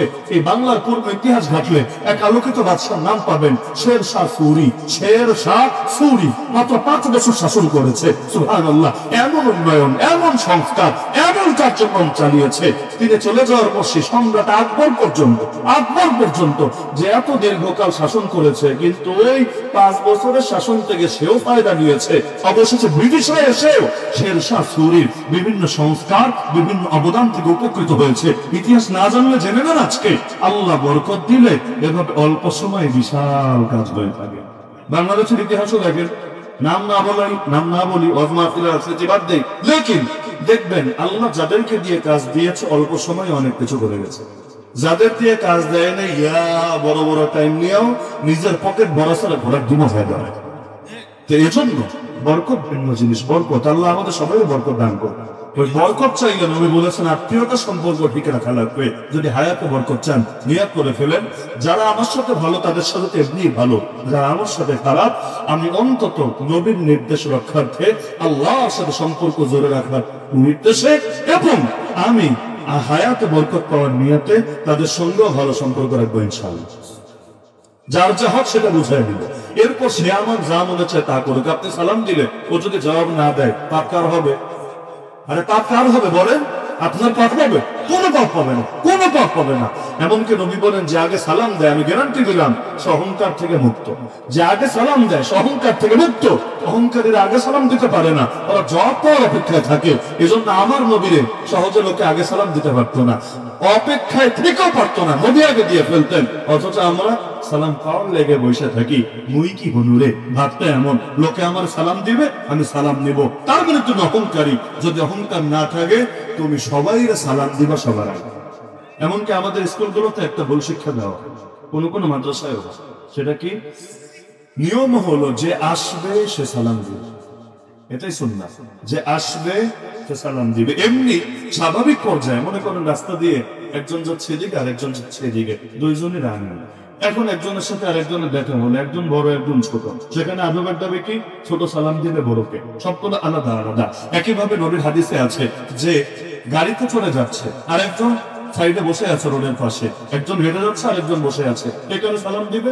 ওই যে হাঁটছে সে বসে থাকা লোকটারে সালাম দিবে। এগুলো হলো আদব। একইভাবে যে আসবে সে সালাম দিবে, যারা আগ থেকে আছে তারা সালাম নিবে, মানে সালামের জবাব দিবে। তাহলে আমাদের মাদ্রাসা আলহামদুলিল্লাহ এটাই চলে। অধিকাংশ জায়গায় মক্তবে দেখা যায় মাঝে মাঝে ওই স্কুলের কিছু প্রভাব এখানেও ঢুকে গিয়েছে আর কি। এটারে অনেকে ভদ্রতা মনে করে, অনেকে বিশেষ করে কমিটির লোক যাদের এলাম কালাম নাই ওরা এইটারই একটা ফ্যাশন মনে করে। অথচ নিয়ম হলো আমি আসলাম, এই যে আমি এসেছি, সালাম আমি দেই নাই নাকি আপনারা দিয়েছিলেন?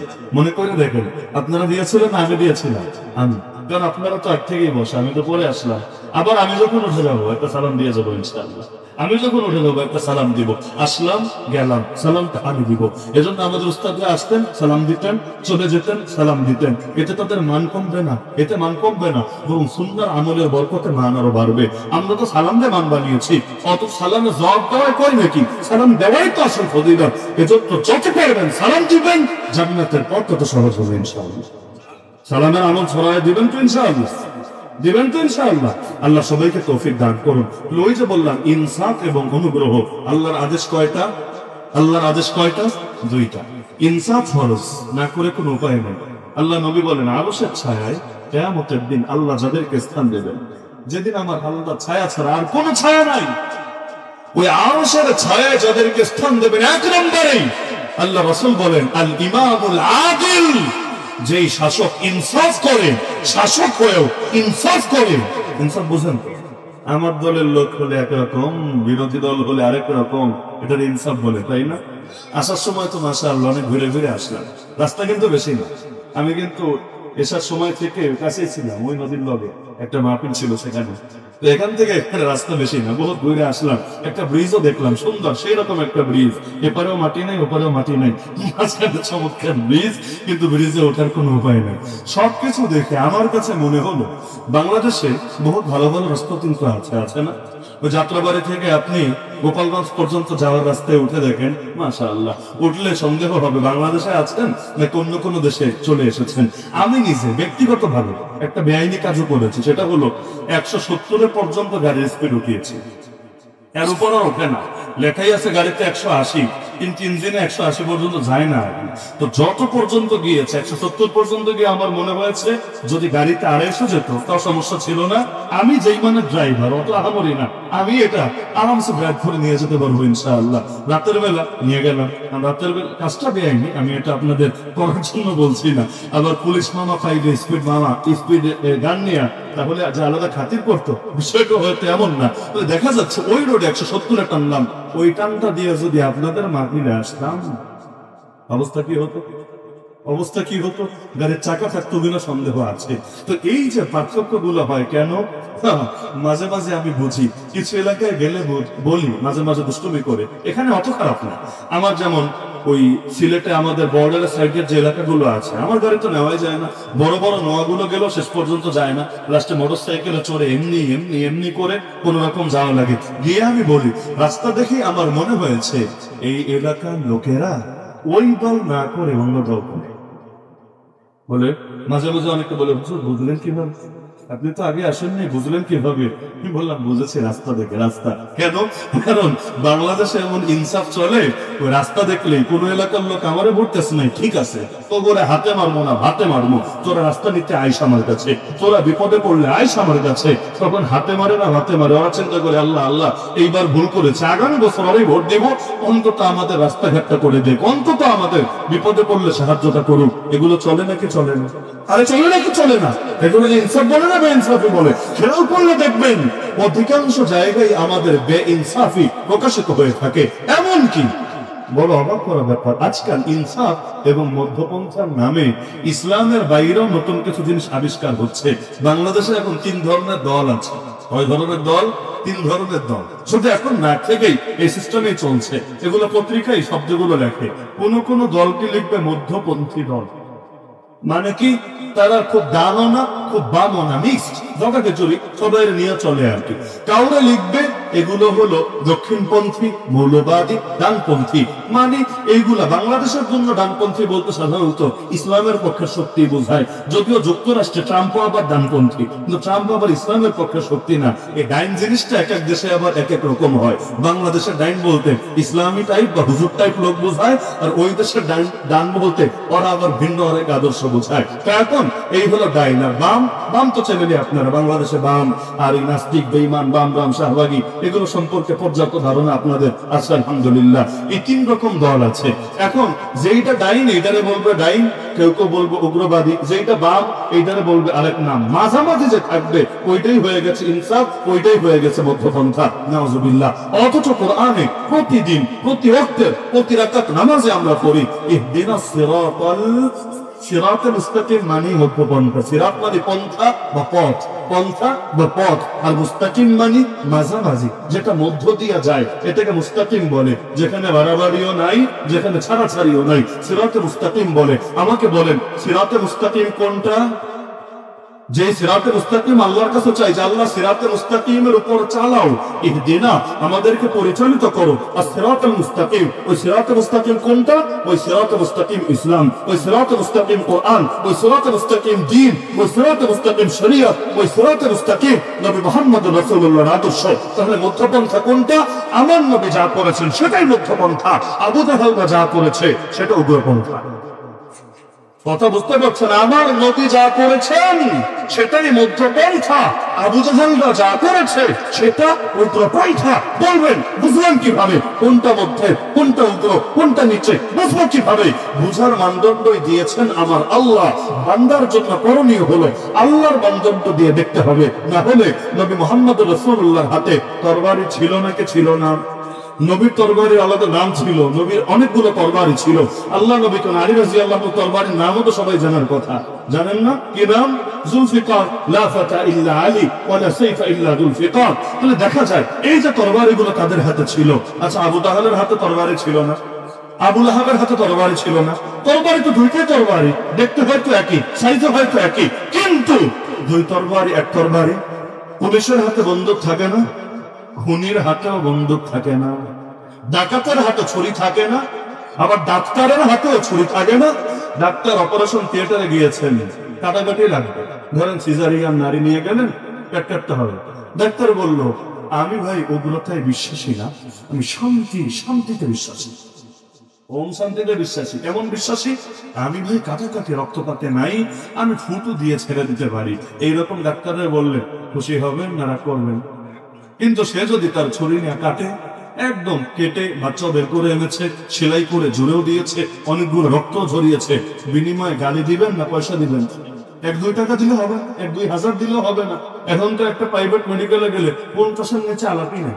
একটা সিজারের সব মিলে যদি খরচ ধরে, তার বেড ভাড়া, কেবিন ভাড়া, ওষুধ মিলে 50-এর নিচে আনাটা জটিল ব্যাপার। তো এখন দেখা গেল 50 খরচ করলেন, আচ্ছা খরচ করি শেষ না, একটা ধন্যবাদ দিবেন না? যদি সুন্দরভাবে চিকিৎসা হয়, বাচ্চাটা দুনিয়ার আলো দেখে, একটা ধন্যবাদ দিবেন না? বেটা কাটলো, রক্ত বের করলো, এত ক্ষতি করলো, কিন্তু আপনি বলবেন থ্যাংক ইউ স্যার, আপনার মতো কাটাকাটিতে পারদর্শী লোক কম পাওয়া যায় স্যার। আমার যদি ফ্যামিলির আরো কারো কাটাকাটি লাগে, আমি নিয়ে আসবো আপনার কাছে, সুন্দর করে কাইটা দিয়েন, পয়সা যা লাগে আমি দিয়ে দেবো ইনশাআল্লাহ। বলে না লোকে? অপর দিকে ডাকাত কাটা লাগবে না, খালি যদি ছুরি ধরে। মাহফিল শেষে বাসায় যাচ্ছেন, রাস্তায় ধরলো, যা আছে বাইক করে দে, কোনো বক্তব্য দিল না, কাটলো না, কিন্তু খালি ধরেছে। আপনি কি থ্যাংক ইউ দিবেন না মরণ পর্যন্ত গালি দিবেন?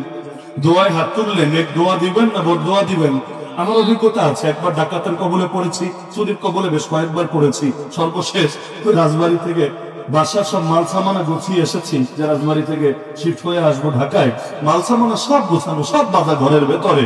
কিন্তু যেদিন আনবো, এর 2-1 দিন আগে হঠাৎ করে মাদ্রাসার যে উস্তাদরা আছেন আমাকে জলদি খবর পাঠালেন যে হুজুর, বাসার তো দরজা খোলা, দরজার মূল অংশটা দেখছি ভাঙা, বাকিটা খোলা, ভেতরে তো মাল সামানা সব পলট পলট দেখা যাচ্ছে, একটু আপনি দেখবেন নাকি? ভিডিও কল দিল আমাকে, আমার তো দেখে মাথায় হাত, হ্যাঁ আল্লাহ কি হলো। তাড়াতাড়ি মানুষ পাঠালাম, যেহেতু নিজে সফরে ছিলাম, গিয়ে দেখো আল্লাহ। এখন দেখা গেল যে সংসার জীবনে শুরু থেকে স্মৃতি যা ছিল কিছুই আর বাকি রাখে নাই। আর বাকি রেখেছে কি?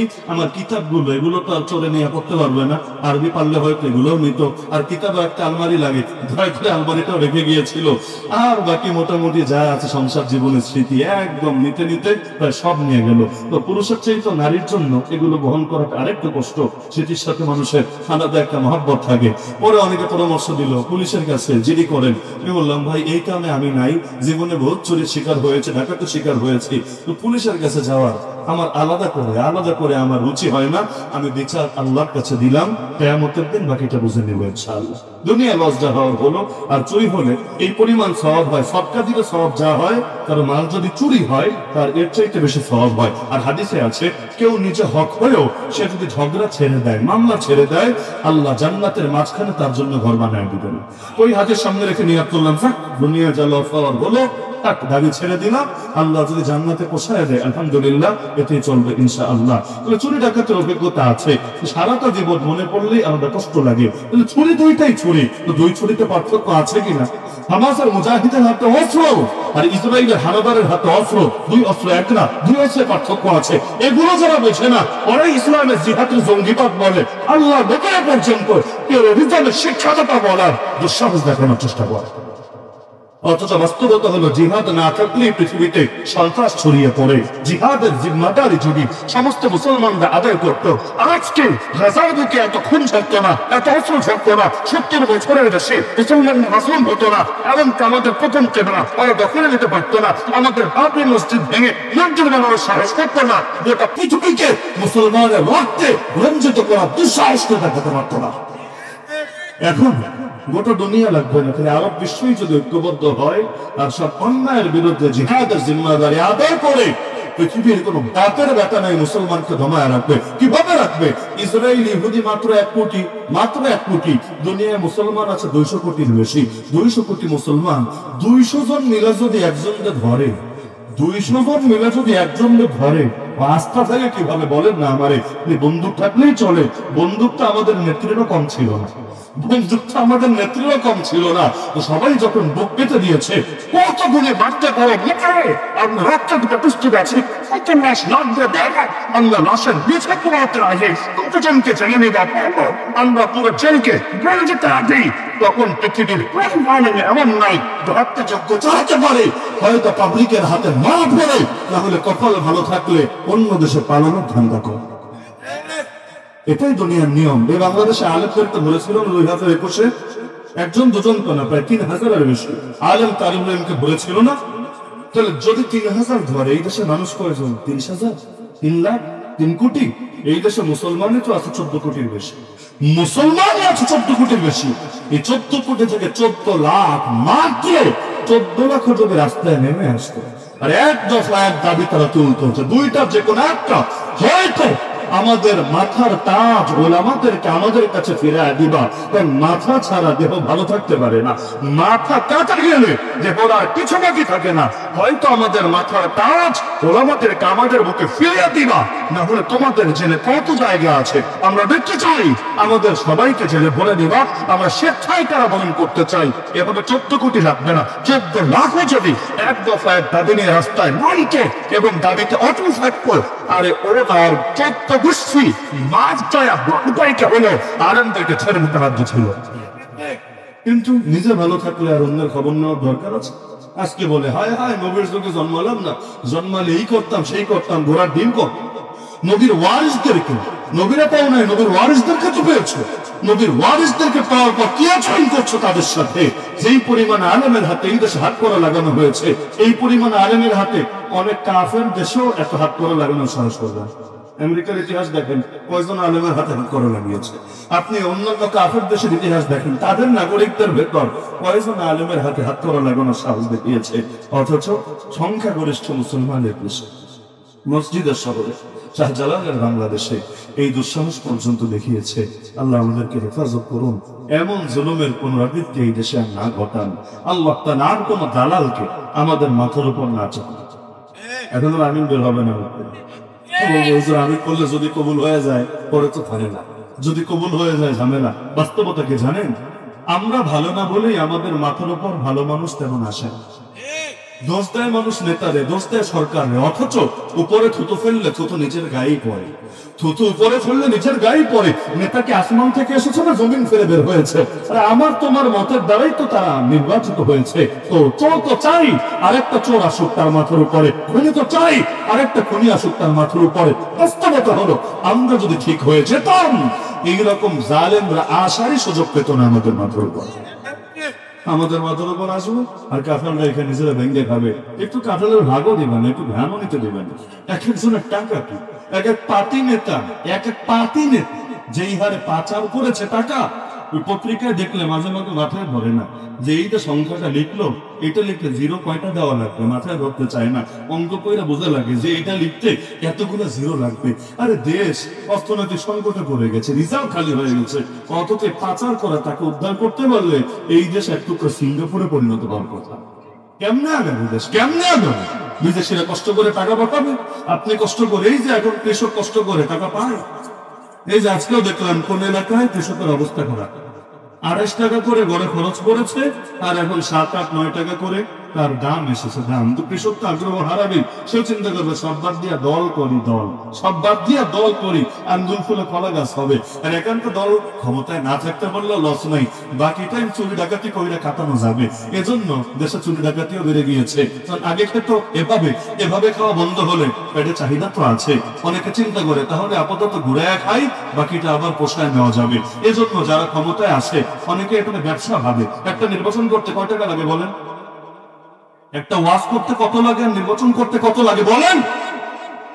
একটা নির্বাচন করতে যদি 10 কোটি, 20 কোটি, 30 কোটি, 50 কোটি লাগে, ওই টাকা তো কিডনি বেচলেও হবে না, ওই টাকা তো জমি বেচলেও হবে না, ওই টাকা তো ফ্যামিলির সবার রক্ত বেচলেও হবে না। তো টাকা কি আসমান থেকে নাজিল হবে নাকি? গাছ আছে যে গাছ ঝাড়া দিলে টাকা পড়বে? টাকা আসবে কোথা থেকে? হয়তো মানুষ থেকে ঋণ নেবে, তাহলে ব্যবসায়ীরা ইনভেস্ট করবে। কেন ইনভেস্ট করবে? মাগ না, না না না, বরঞ্চ এখানে ধান্দা থাকবে। মানুষ গালি দেয় পুলিশ ঘুষ খায়। আরে পুলিশ ঘুষ খায় কেন? খায় কেন খায়? চাকরি নিতে যদি 20 লাখ দিতে হয়, এটা নিয়ে কথা বলবেন, এটা নিয়ে বলবেন। চাকরি নিতে যদি 20 লাখ দিতে হয়, 20 লাখ দেওয়ার সামর্থ্য কয়জনের আছে? কোটিপতি ছেলে তো আর পুলিশে চাকরি নেবে না। আরে গুলশান গলনের ধানমন্ডি বসুন্ধরা ছেলেরা, ওরা তো আর পুলিশে গিয়ে কনস্টেবল পদে চাকরি নেবে না। আমরা কারারক্ষী দেখতাম জেলে, যাদের পদ পুলিশের চাইতে বহু নিচে, বহু নিচে। কারারক্ষীর চাকরি নিতে 10 লাখ 15 লাখ ঘুষ দিয়েছে, এমনকি জেল ট্রান্সফার হতে, দেশে আগে অন্য জেলে ছিল এখন ঢাকা কেন্দ্রীয় কারাগারে আসবে, এর জন্য 2 লাখ 4 লাখ 5 লাখ ঘুষ দিয়েছে। এই যে টাকাগুলো সে ঘুষ দিয়েছে, আদায় করবে কোত্থেকে? আদায় করবে আমার আপনার মানুষের পকেট থেকে। একদিনেই আদায় হবে না? তা হবে না, 2 বছর 4 বছর লাগবে। এই যে অভাবে স্বভাব নষ্ট হয়েছে শুরুতে, এরপর 2 বছর আকাম করলে আকাম তো অবশ্যই পরিণত হয়ে যায়, পরে তো আর ঘুষ ছাড়া বেতনই চলবে না। এজন্য বহু সরকারি চাকরিজীবী এমন আছে বেতন ছুঁয়েও দেখে না। ওই বেতন মাদ্রাসা দিয়ে দিল প্রয়োজনে, সমস্যা বেতন দিয়ে কি হবে, ওই বেতনের চাইতে বেশি তার একদিনই চলে আসে। আলহামদুলিল্লাহ, নাউজুবিল্লাহ, যেটাই বলার বলেন। এই দেশে ঘুষখোররা ঘুষ পাইলে শুকর আলহামদুলিল্লাহ, চোর চুরি করে ধরা না খাইলে আল্লাহ তোমার হাজারো শুকরিয়া আলহামদুলিল্লাহ রাব্বিল আলামিন। এমনকি আর কিছু না পারলেও ওই মদ খাওয়ার আগেও কখনো বলে বিসমিল্লাহির রহমানির রহিম। দেখবেন মুরব্বী চায়ের দোকানে বসে আছে, সামনে টিভি চলে, উড়া ধুরা নাচ চলছে টিভিতে, হাতে আবার তসবিহ আছে, তসবিহ টিপছে আর মাশাআল্লাহ চোখ দিয়ে সেই নূরানি দৃশ্য অবলোকন করছে। কি হবে এই তসবিহ দিয়ে? এতে তো আরো তসবিহর অপমান হচ্ছে। আমাদের সংসদ আছে না, এটা আবার অনেকে আঘাত লাগবে দিয়ে বলে ফেলি, তাও এখন না বললে বলবোটা কবে। আমাদের দেশে সংসদ আছে না, সংসদ অধিবেশন শুরু হয় কি দিয়ে? সবাই জানে কি দিয়ে? খালি ওয়াজ মাহফিল কোরআন তেলাওয়াত দিয়ে শুরু হয় না, খালি মসজিদ কোরআন তেলাওয়াত দিয়ে উদ্বোধন হয় তা না, সংসদ অধিবেশন। আরে এমন দেশে থাকি, সংসদ কি বলবেন? সিনেমা হলো মিলাদ দিয়ে উদ্বোধন হয়। মিলাদের মাসালা নাই বললাম, মিলাদের হুকুম কি ওইটা বাদ দেন। মিলাদ না করলে, একটু জিলাপি টিলাপি বিতরণ না করলে অনেক সিনেমা হলো এই দেশে উদ্বোধন হয় না। এমন দিনও গিয়েছে যে এখন জাতীয় সংসদ উদ্বোধন হয়, শুরু হয় কি দিয়ে? কোরআন দিয়ে। খালি কোরআন দিয়ে শেষ না, এরপর অন্যগুলোও পড়ে। কারণ এক ধর্মরে খুশি করলে হবে, সবাই খুশি করতে হবে। আল্লাহ তুমি খুশি হলে চলবে, আরো যারা আছে সব দেবদেবীরও তো একটু খুশি রাখতে হবে। 10 মিলে করে কাজ, হারি যেতে না হিলাজ, একটা না একটা তো লাগবে। তো যাই হোক, প্রথমে ভাগযোগ করে সব দেবদেবীরা খুশি করার চেষ্টা। এরপর কি হবে? এরপর বলবে চল আমরা বেশ্যাখানার লাইসেন্স দিয়ে দিই, চল আমরা মদের বার খুলে দিই, চল আমরা দেশের অর্থনীতি সুদ দিয়ে ভরে দিই, চল আমরা সব হারামরে ছড়াই দিই, চল অমুকের আব্বা তমুকের শ্বশুর তমুকের দুলাভাইয়ের মূর্তি দিয়া পুরো দেশের রাস্তাঘাট ভাস্কর্য দিয়া সব ভরি। এভাবে যত হারাম আছে হালাল করবে, যত হালাল আছে হারাম করবে। শুরু করবে কোরআন দিয়ে, শেষ দিন শেষ করবে দোয়া মোনাজাত দিয়ে। সুন্দর হলো না? খুব সুন্দর হলো না? অনেক দিবস পালিত হয় বাংলাদেশে এভাবে। সকালে কোরআন পড়ায় একটা ছেলেকে এনে বা কারি সাহেব এনে, এরপর একটু হামদনাথ গায়, সারাদিন সেই রকম গান, বাংলা, ইংলিশ, হিন্দি, আরো যা যা পারে আর কি, সব ভাষার গান। আর শেষে এসে হুজুর ডেকে দোয়া, মানে আগে আর পরে তো মাশাআল্লাহ মারহাবা, কিন্তু মাঝখানে যা আছে চলবে। এজন্য বাচ্চা জন্ম নিলে কানে এসে আজান দিবে, ইকামত দিবে, হুজুরের থেকে পরামর্শ নিবে, আবার মহিলা গেলে হুজুরের সামনে এসে সহায় দিবে, মাঝখানে বলবে হুজুর কি, ইসলামী শরীয়ত কি, দ্বীন কি, কোরআন কি, এগুলো বুঝি না। মাঝখানে কিচ্ছু বোঝে না, তো শুরু তো বোঝে, শেষেও বোঝে। কেউ তো বলে শরীয়তের আইন মানে না, অথচ বিয়ে করতে গেলেও তো শরীয়ত লাগে, মরার পরও তো শরীয়ত লাগে, কবর দেওয়ার সময় তো শরীয়ত লাগে, বাচ্চা হলেও তো শরীয়ত লাগে, এখন বিয়ে যেতেও তো শরীয়ত লাগে, বিপদে পড়লেও আবার শরীয়ত লাগে। ভাই সুখের দিনে শরীয়ত হবে কি? আমরা শরীয়তের আইনে বিশ্বাস করি না। কষ্ট পায় না? কষ্ট পাচ্ছেন না? যদি কষ্ট পান ভাইবেন না এটা বলবো মাফ করে দিয়েন, আমি এটা বলবো ভেতরে রোগ আছে ভাই, রোগের চিকিৎসা করায় নিয়েন। কারণ ভেতরে মুনাফিকি না থাকলে হক কথায় কখনো কষ্ট লাগবে না, বরঞ্চ হকের জন্য সব ছাড়া যাবে, কোনো কিছুর জন্য হক ছাড়া যাবে না। হকের জন্য নবী ইব্রাহিম বাপ ছেড়েছেন, হকের জন্য নবী নূহ পুত্র ছেড়েছেন, হকের জন্য নবী লূত স্ত্রী ছেড়েছেন, হকের জন্য আসিয়া স্বামী ছেড়েছেন, হকের জন্য নবী মুহাম্মদ রাসূলুল্লাহ সাল্লাল্লাহু আলাইহি ওয়াসাল্লাম নিজের দেশ ছেড়েছেন, কাবা ছেড়েছেন, নিজের আত্মীয় ছেড়েছেন, নিজের আপন চাচাদেরও ছেড়ে চলে গিয়েছেন। তার মানে হকের জন্য সব ছাড়া যায়, কোনো কিছুর জন্য হক ছাড়া যায় না। তো ইনসাফ মানে কি? ইসলামের বিধানই হলো ইনসাফ, ইসলামের বাইরে গিয়া কোন ইনসাফ হতে পারে না। আল্লাহরে মানা ইনসাফ না না মানা ইনসাফ? আল্লাহ খাওয়াবে, আল্লাহ পড়াবে, আল্লাহ সব করবে, বলবেন আল্লাহ আবার কি? এটা ইনসাফ না বেইনসাফি? এজন্য একটা কথা মাথায় রাখবেন, অহংকারী কাকে বলে? কোন কাফের যদি কোন কাফের যদি সমাজে বিনম্র ভাবে চলে, মানুষের সাথে নম্র করে কথা বলে, তবুও হাদিসের ভাষায় সে অহংকারী, হাদিসের ভাষায় সে অহংকারী। আর কেবল বাতরুল হক লাগান্তর নাস, নবী বলে অহংকার কারে বলে জানো? সত্যকে প্রত্যাখ্যান করা, এবং 2 নম্বর হলো মানুষকে তুচ্ছ মনে করা। তুচ্ছ মনে করা 2 নম্বরে, হক প্রত্যাখ্যান করা 1 নম্বরে। যারা কাফের আল্লাহরে মেরেছে, যারা কাফের নবীরে মেরেছে, যতই নরম সুরে কথা বলো, তারাও ইনসাফকারী না, তারা বিনয়ী না, বরঞ্চ তারা অহংকারী এবং বেইনসাফি ঘটে। ইনসাফের দরকার আছে নাকি নাই? আদেশের নিচে জায়গা পাওয়ার দরকার আছে আপনাদের। আপনারা সবাই কিন্তু শাসক, দেশের শাসক না হলে কেউ সমাজের শাসক, কেউ পরিবারের শাসক। যারা পরিবারে আছেন, পরিবারের কর্তা কে, নারী না পুরুষ? যদিও তসলিমা নাসরিনরা রাগ করবে কথাগুলো শুনলে, কিন্তু কোরআন বলেছে আর রিজালু কাওয়ামুনা আলান নিসা, পুরুষ নারীর উপরে কর্তৃত্বশীল, পুরুষ নারীর উপরে কর্তৃত্বশীল। এমনকি আমাকে বলেন, নবীজি মায়ের হক বেশি আদায় করতে বলেছেন না বাপের? 3 বার মায়ের কথা বলেছেন না? সাহাবী এসে জিজ্ঞেস করলেন, মা আহাব্বুন নাসি বিহুসনি সিহাবাতি ইয়া রাসূলুল্লাহ, আমার উত্তম আচরণ পাওয়ার, সাহচর্য পাওয়ার বেশি হকদার কে? বলেন রাসূল। নবী বলবেন তোমার মা। এরপর কে? তোমার মা। এরপর এদের বিরুদ্ধে কোনো প্রপাগান্ডাও চালাই নেই, ভাই তোমরা নাও, তোমরা নাও, কোনো সমস্যা আমাদের নাই। এমনকি ইসলাম নারীদের কাম কম দিল, সব কিন্তু কম দেয় নাই, কাজ কম দিল, সব কম দেয় নাই।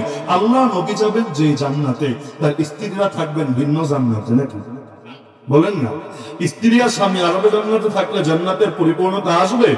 নবী যেই জান্নাতে, তার স্ত্রীরাও সেই জান্নাতে না? বলেন না সেই জান্নাতে না? এজন্য নবী দুনিয়া থেকে যাওয়ার পরে তার স্ত্রীকে বিয়ে করা যায় না। কারণ নবীর হাদিসে আছে স্ত্রী তার শেষ স্বামীর সঙ্গে থাকবে, শেষ স্বামীর সঙ্গে থাকবে। কোন নারীর যদি একাধিক বিয়ে হয়, 2 জনের সাথে বিয়ে হয়েছে, একজন মরার পর আরেকজনের সাথে, হতে পারে না?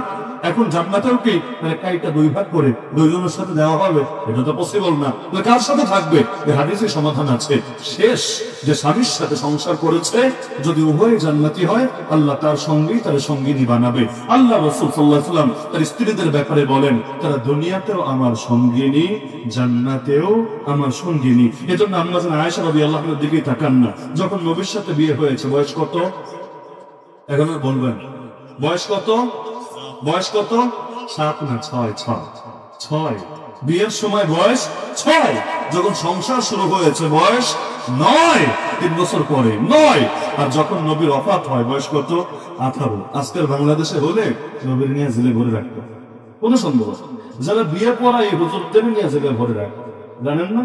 বাল্য প্রেম করতে জেলে ভরবেন না, বাল্য ধর্ষণ দিয়ে সমাজ ভরে যাচ্ছে, এটা সমস্যা হবে না।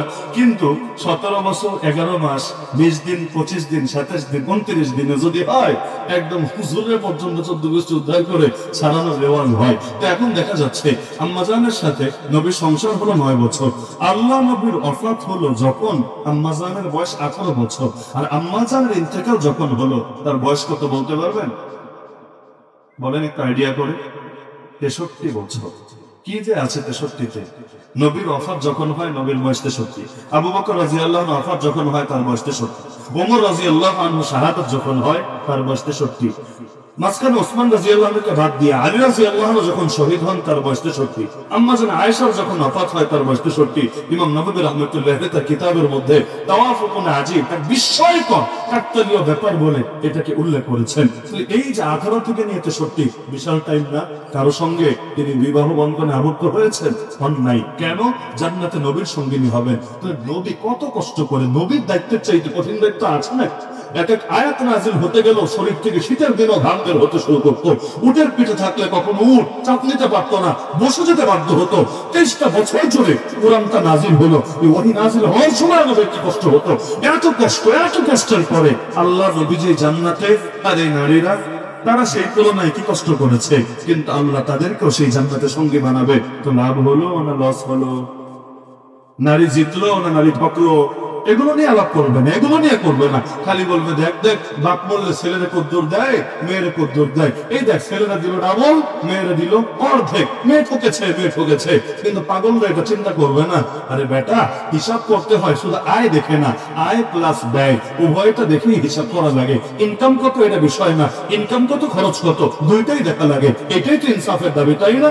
না হলে আপনার একটা ছেলে ভার্সিটিতে পড়ে আর একটা ছেলে প্লে বা নার্সারিতে পড়ে। ভার্সিটির ছেলেকে ডেইলি হাত খরচ দেন ধরেন 100 টাকা বা 500 টাকা, আর পিচিকারে দেন ডেইলি 5 টাকা।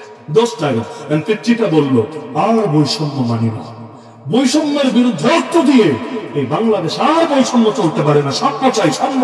আমার ভাইরা যা দিবা আমারও তা দিতে হবে, অথবা আমারে যা দাও এই বড় ভাইরাও তা দিতে হবে, না হলে বৈষম্যের বিরুদ্ধে একবার রক্ত দিয়েছি আবার রক্ত দেওয়া চলবে। এইরকম স্লোগান মারবে, ওর কথা শুনবেন? আর শুনবেন কেন? বড়টারেও যদি 5 টাকা দেন কাজই হবে, আর ছোটটারেও যদি 500 দেন পর মানুষ হতে পারবে না, পুরাই হয়তো নষ্ট হয়ে যাবে। তাহলে ইসলামে নারীকে কম দিয়েছে দেখা যাচ্ছে, কিন্তু ভাই এটা দেখবা না নারীর কাঁধে কয় টাকা খরচ দিয়েছে, পুরুষের কাঁধে কয় টাকা খরচ দিয়েছে। যারা বাপের হোটেলে খাও, মায়ের হোটেলে ঘুমাও, তোমরা তার পাবা না। যারা ইনকাম করে জিজ্ঞাসা করলো যে মাসে কামাই কত আর তার খরচ কত, বউরে দাও, বাচ্চারে দাও, বাপরে দাও, মায়ের দাও, ভাইরে দাও, অমুক করে দাও। আবার মাদ্রাসাওয়ালারা আইসা বলবে আমাদেরও একটু দাও, মসজিদ বলবে আমরা বাকি থাকবো কেন, আমাদেরও একটু দাও। ওয়াজ মাহফিলের ছেলেরা বলবে আরে সারা বছর তো চাই না, একদিন চাইছে, আমগুলোও দাও। দিতে দিতে দিতে দিতে লাস্টে দেখা যায় মাসে 20 তারিখের পর চলতে থাকে না। এজন্য যারা চাকরি করে এদেরকে ক্রেডিট কার্ড ব্যাংক খুব দেয়, খুব ক্রেডিট কার্ড বেড়ে যাচ্ছে। কেন? তোর টাকা না থাকলে নাই, আমার থেকে নে, নিয়ে তুই খা, রিন্দিমো করে মাগনা মাগনা। কেন? ওর সুদে পোষায় দিব, সুদ ছড়িয়ে যাচ্ছে এদের ভেতরে। অথচ নারীর কি খরচ আছে বলেন? স্বামীর পেছনে খরচ লাগে, বাচ্চার পেছনে খরচ করে না, বাপ মায়ের পেছনে খরচ করা লাগে। শরিয়া কোন খরচ, কোন একটা পয়সা খরচ নারীর উপর অবধারিত করে নাই। সে মনে চাইলে আইসক্রিম খাবে, মনে চাইলে ওই টাকা দিয়ে চিপস কিনে খাবে, টাকা পেয়েছে খরচ তো করা লাগবে, মনে চাইলে এগুলো করবে। কিন্তু শরিয়া কোনোটা তাকে বাধ্য করে দেয় নাই। লাভ হলো না লস হলো? লাভ হলো না লস হলো? আলহামদুলিল্লাহ শরিয়ত দিল আগায়া, আর আমরা ভাবলাম পিছায়া। আল্লাহ তাআলা এদের আকলের মধ্যে বুদ্ধি দান করুন। একটা কথা বলি, অনেকটা সহ্য হবে না তাও বলি, এই নারীদেরকে পুরুষের বিরুদ্ধে দাঁড় করানো হয়েছে কেন জানেন? কারণ হলো মূল জিনিসটাকে পাল্টে দিয়েছে। নেতৃত্ব মানে এখন মনে করা হয় ক্ষমতা, অথচ ইসলামে নেতৃত্ব মানে ছিল দায়িত্ব। দুইটা ভিন্ন জিনিস। নেতৃত্ব মানে ক্ষমতা না, নেতৃত্ব মানে দায়িত্ব। নেতৃত্ব মানে নিজে ক্ষুধার জ্বালায় পেটে পাথর বেঁধেও অন্যদের খাবার খাওয়ানোর চেষ্টা করা। নেতৃত্ব মানে হলো রাতের বেলা সবাই ঘুমাবে, তাদের বাড়িতে বাড়িতে গিয়ে খোঁজ খবর নিতে থাকা। নেতৃত্ব মানে হলো বুড়ি খাবারের কষ্ট করছে, আটার বস্তাটা অন্য কারো পিঠে না দিয়ে নিজের পিঠে করে তার বাসায় পৌঁছে দেওয়া। নেতৃত্ব মানে হলো আরে ফোনে কোনো ব্যক্তি একটা কুত্তাও যদি না খেলে মারে, আমি ওমাকে জবাব দিতে হবে আল্লাহর কাছে, এভাবে অবস্থান গ্রহণ করা। নেতৃত্ব মানে হলো সবাইকে দেওয়ার পরে কিছু যদি বাঁচে সেটা দিয়ে নিজের চাহিদা পূরণ করা। নেতৃত্ব মানে এভাবে যদি লোকে দায়িত্ব মনে করতো, তার নেতৃত্ব থেকে পালানোর চেষ্টা করতো। কিন্তু এখন নেতৃত্ব মানে হয়েছে ক্ষমতা, নেতৃত্ব মানে ধন্যা, নেতৃত্ব মানে পয়সা, নেতৃত্ব মানে গাড়ি বাড়ি, নেতৃত্ব মানে এইসব। এখন না নির্বাচন হয় নাই, তার আগে মন্ত্রীদের জন্য নতুন গাড়ি, নতুন গাড়ি, আগে যা আছে তাতে হবে না, নতুন নতুন গাড়ি 100 কোটি টাকা বাজেট করে কেনার হিড়িক করেছিল, পরে পাবলিকের গাড়ি খেয়ে অবশ্য এটা বন্ধ করেছে। তো নেতৃত্ব মানে যতদিন পর্যন্ত খালি ধান্দা বান্দা মনে হবে, তখন নারীরাও বলবে আমরা পিছায় থাকবো কোন দুঃখে, আমাদেরও তো একটু ভাগ দরকার আছে। আর যদি দেখে নেতৃত্ব মানে কষ্ট কারে বলে, বলবে থাক বাবা এটা তোমরাই করো, আমরা যেমনি আছি আলহামদুলিল্লাহ এতেই সুন্দর চলবে। বাস্তব না অবাস্তব? আলোচ হয়েছে এমন। টায়ার টিউব বুঝেন? টায়ার টিউব বুঝেন? টায়ার উপরে থাকে না টিউব উপরে থাকে।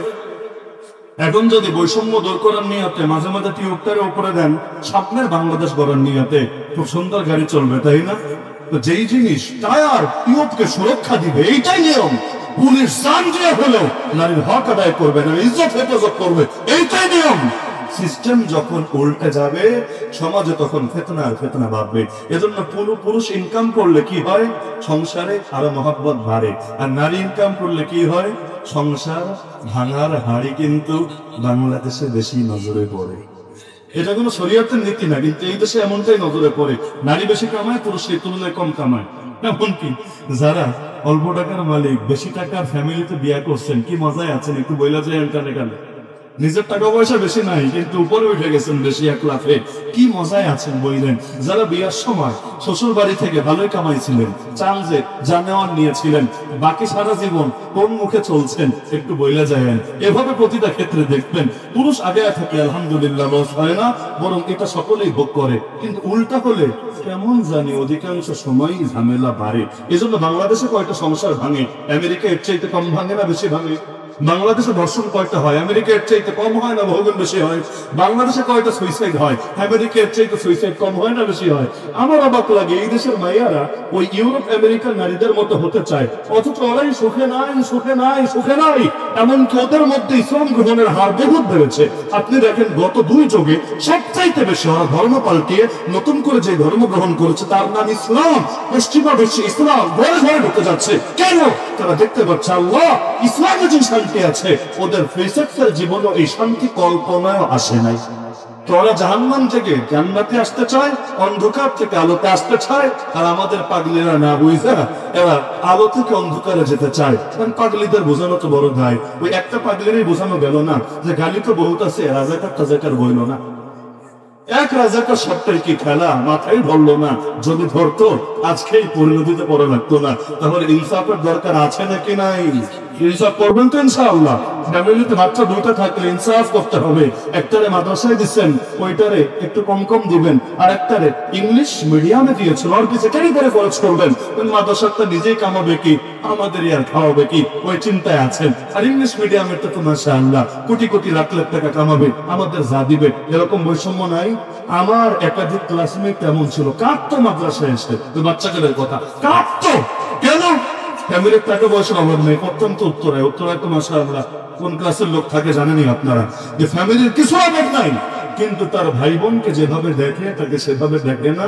সে নিজের ইচ্ছায় মাদ্রাসায় পড়ে। তাদের এক কথা তো স্কুলে আয়, মাদ্রাসা ছেড়ে স্কুলে আয়, তোর কোনো চাকরি অপূর্ণ থাকবে না।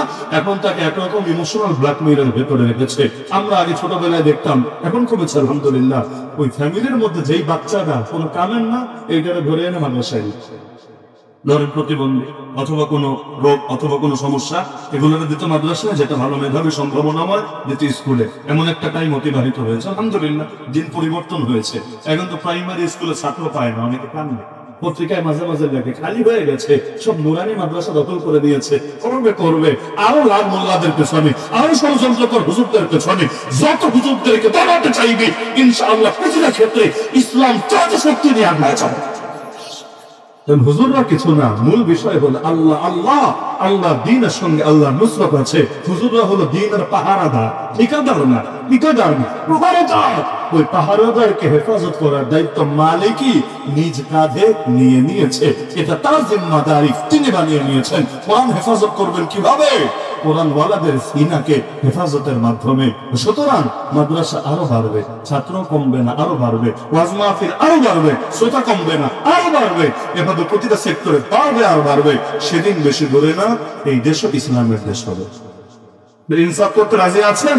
ফ্যামিলিতে বাচ্চা একাধিক থাকলে ইনসাফ লাগবে। বউ তো এখন একটাই থাকে বেশিরভাগ, তারা যদি থাকে আর কি একাধিক, সেখানেও ইনসাফ লাগবে। নাকি এমন না যে নতুন বউ পায়া পুরানদারের খবর নেই, অথবা পুরানদার চাপে পইরা লোকেরা বিয়ে করছিল, নতুনদারে ছাইরা এর বিপদে ফেলবে, এটার সুযোগ নাই। সব ক্ষেত্রে ইনসাফ মনে থাকবে ইনশাআল্লাহ।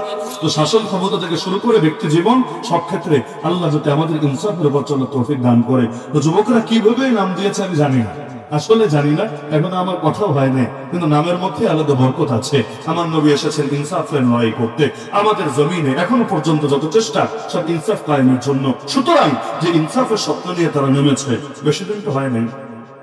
মাহফিল মাত্র 3 নম্বর মাহফিল, 3য় বার্ষিক লেখা মাহফিল। সংগঠনের বয়স 4 বছর, মাশাআল্লাহ। হ্যাঁ 6 বছর। আচ্ছা, সংগঠন দ্বিগুণ, মাহফিল হলো অর্ধেক। আল্লাহ যদি চান এই যুবকদের হাত ধরেও কিন্তু সমাজে ইনসাফকে জিন্দা করে দিতে পারে। আমাদের এখন সবচেয়ে বেশি দরকার কি জানেন? বাংলাদেশে আলেম ওলামা বা ইসলামের জনসমর্থনের কমতি নেই। আল্লাহর কসম কমতি নেই। নাস্তিকদের জনসমর্থন কয় পার্সেন্ট? ইসকনের জনসমর্থন কয় পার্সেন্ট? কাফের মুশরিকদের জনসমর্থন কয় পার্সেন্ট? এই দেশে সব জনসমর্থন ইসলামের, ওলামাদের, কোরআনের, দ্বীনের, শরীয়তের। কিন্তু আমরা কাজে লাগাতে পারি না, ব্যর্থতা আমাদের। জনসমর্থন আছে, কিন্তু এটাকে কিভাবে জনশক্তি বানাতে হবে ওই জ্ঞান, ওই প্রতিভা আমাদের নাই। এজন্য মানুষের হয় উন্নতি, আমাদের মাঝে মাঝে হয় অবনতি। আমার দাদা পীর এবং দাদা উস্তাদ আল্লামা মুহাম্মদুল্লাহ হাফিজ হুজুর রহমাতুল্লাহ আলাইহি নাম শুনেছেন? শোনেন নাই? একাত্তরের পর তো এই দেশের আলেমদের বড় করুণ অবস্থা ছিল, এগুলো হযরতরা ভালো বলতে পারবেন। আল্লাহ যাদেরকে লম্বা নেক হায়াত দিয়েছেন, কি করুণ অবস্থা গিয়েছিল। বড় বড় মাদ্রাসা পটিয়ারে পর্যন্ত বন্ধ করার উদ্যোগ শেখ মুজিবুর রহমান নিয়েছিল।